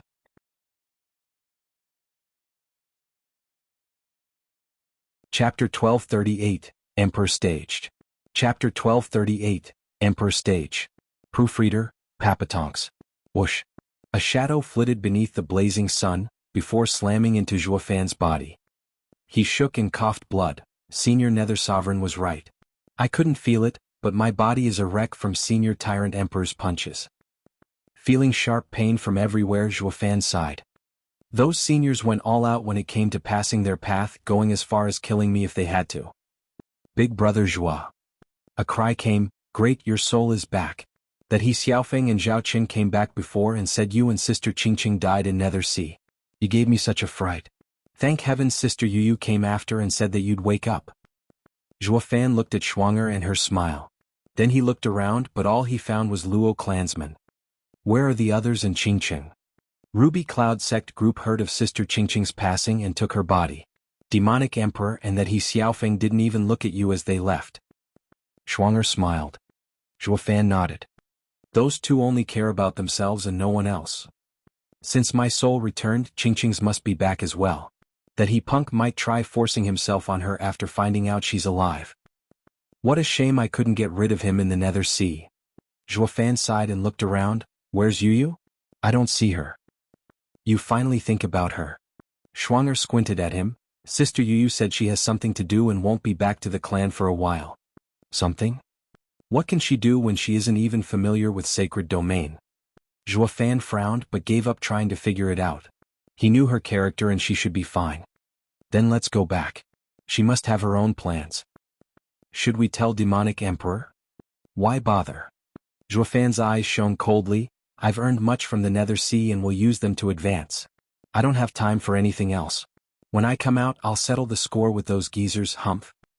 The others nodded and looked ready to fight. After these calm years, Steward Zhuo is ready to strike the 8 emperors. 3 months later, Zhuofan was in a private room in the Luo clan's manor, having entered it the minute he arrived. Luo Yunchang and the others were left hanging, their cordial mood gone. Danqing Shen and the oldies nodded. He must have gotten something from the Nether Sea. I should have went as well, ha ha ha. Yeah, it must be something great by the looks of his hurry. They were envious. My, that's a supreme expert's domain for you, filled with riches. The kid is so biased, taking just 2 girls with him to hide his strength. We really missed out. The others nodded. Zhuo Fan ignored all the chatter coming from outside and set up a defensive array before sitting cross-legged on the bed with eyes closed to ponder all that happened in the Nether Sea. The Tyrant Emperor's fist, Zhuo Yifun's fight, the Child Sovereign's movements, that Peak Saint's attack, and the Nether Sovereign's final warning. Each even flowed through his mind as his energy surged higher and higher. Yuan Qi flooded his meridians with astonishing speed, covering every nook and cranny. Buzzing came from Zhuo Fan's body as he released prismatic glows. The array had no way of stopping the lights, passing through them and coloring the heavens. What's that? The chatty group outside gasped, watching the sky shining in rainbow colors. Their cries soon died out as the light fell on them and provided warmth and comfort. Danqing Shen's heart thumped, his voice shaky. Please watch over me, I'm advancing. He rushed into his room and sat down at once to use the prismatic glow to reach the Emperor stage. Curses, that's my line. Murong Lai was also frantic as he went to his room. I'm advancing too. I leave the guarding to you, brothers. You think we're any different? Let's leave guarding to whomever feels like it, 'cause I won't. Ouyang Ling Tian went as well. How sly, advancing by yourselves. What about us? Yeah, we're in the same boat. This is a truly rare chance we cannot miss. Yeah, let's just all advance then and no one guards. All of the Luo clan in the city felt something from the prismatic glow above, their strength soaring. None had time for anything else, whether patrolling or guarding, as they vanished into their rooms to close their eyes. The entire city of hundreds of thousands became quiet as a ghost town, with not even a breeze passing. What's going on? Bailey Jingtian looked at the astonishing scene with a smirk. Thundersword King, this is our chance. They're all gone and Zhuo Fan has no one protecting him. Let's go in and kill him for our empire. Silence was his only answer. Bailey Jingtian looked around to find Bailey Yulei gone like the rest. You're also. Bailey Jingtian raged. As a Sword Star Empire Sword Kings, haven't we been tagging with Zhuo Fan for the chance to kill him? Useless. I'll just have to do it myself. Bailey Jingtian stomped ahead. He only got to make 2 steps as his eyes glazed over under the prismatic light show. His rage faded and calm was restored. The grudge is fading, but why? I feel like cultivating, knowing that I'll advance if I do. I can't miss this chance. Bailey Jingtian plopped down then and there to meditate. The prismatic lights danced above over everyone's heads, enlightening them. None of the citizens missed this chance to cultivate. Boom. With a large explosion, a draconic cry sounded. Danqing Shen's dragon soul soared out and shone golden alongside a 300-meter-long sword. He actually formed his imperial mark so soon. His power surged wildly, growing exponentially. He entered Emperor stage under the prismatic light yet didn't stop. Boom. Following Danqing Shen were tens of other auras booming all over the town and unleashing their golden aura into the skies. Murong Lai and the others advanced as well. Luo Yunhai and the Luo clan's young guards reached the Spirit King stage. Luo Sifan and the juniors jumped 2 whole stages to the Genesis stage. Everyone was overjoyed and amazed. Even with the incredible spiritual energy of the sacred domain, wasn't this still too fast? The only explanation was the mystical prismatic light coming from Zhuo Fan's room. They knew it had to be incredible. Cultivating under such a light was paradise. So they kept going despite having advanced, for the multicolored lights called to them and whispered deep secrets of the world that made their Yuan Qi soar. That you're tuning in to the Han Li's Wuxia Adventures YouTube channel. We're so grateful for your support, and don't forget to subscribe to join us on this incredible journey through captivating stories. Your generosity through donations truly makes a world of difference, as it's the primary source of revenue that allows me to expand and enhance this channel for you. Thank you from the bottom of my heart for being a part of this adventure.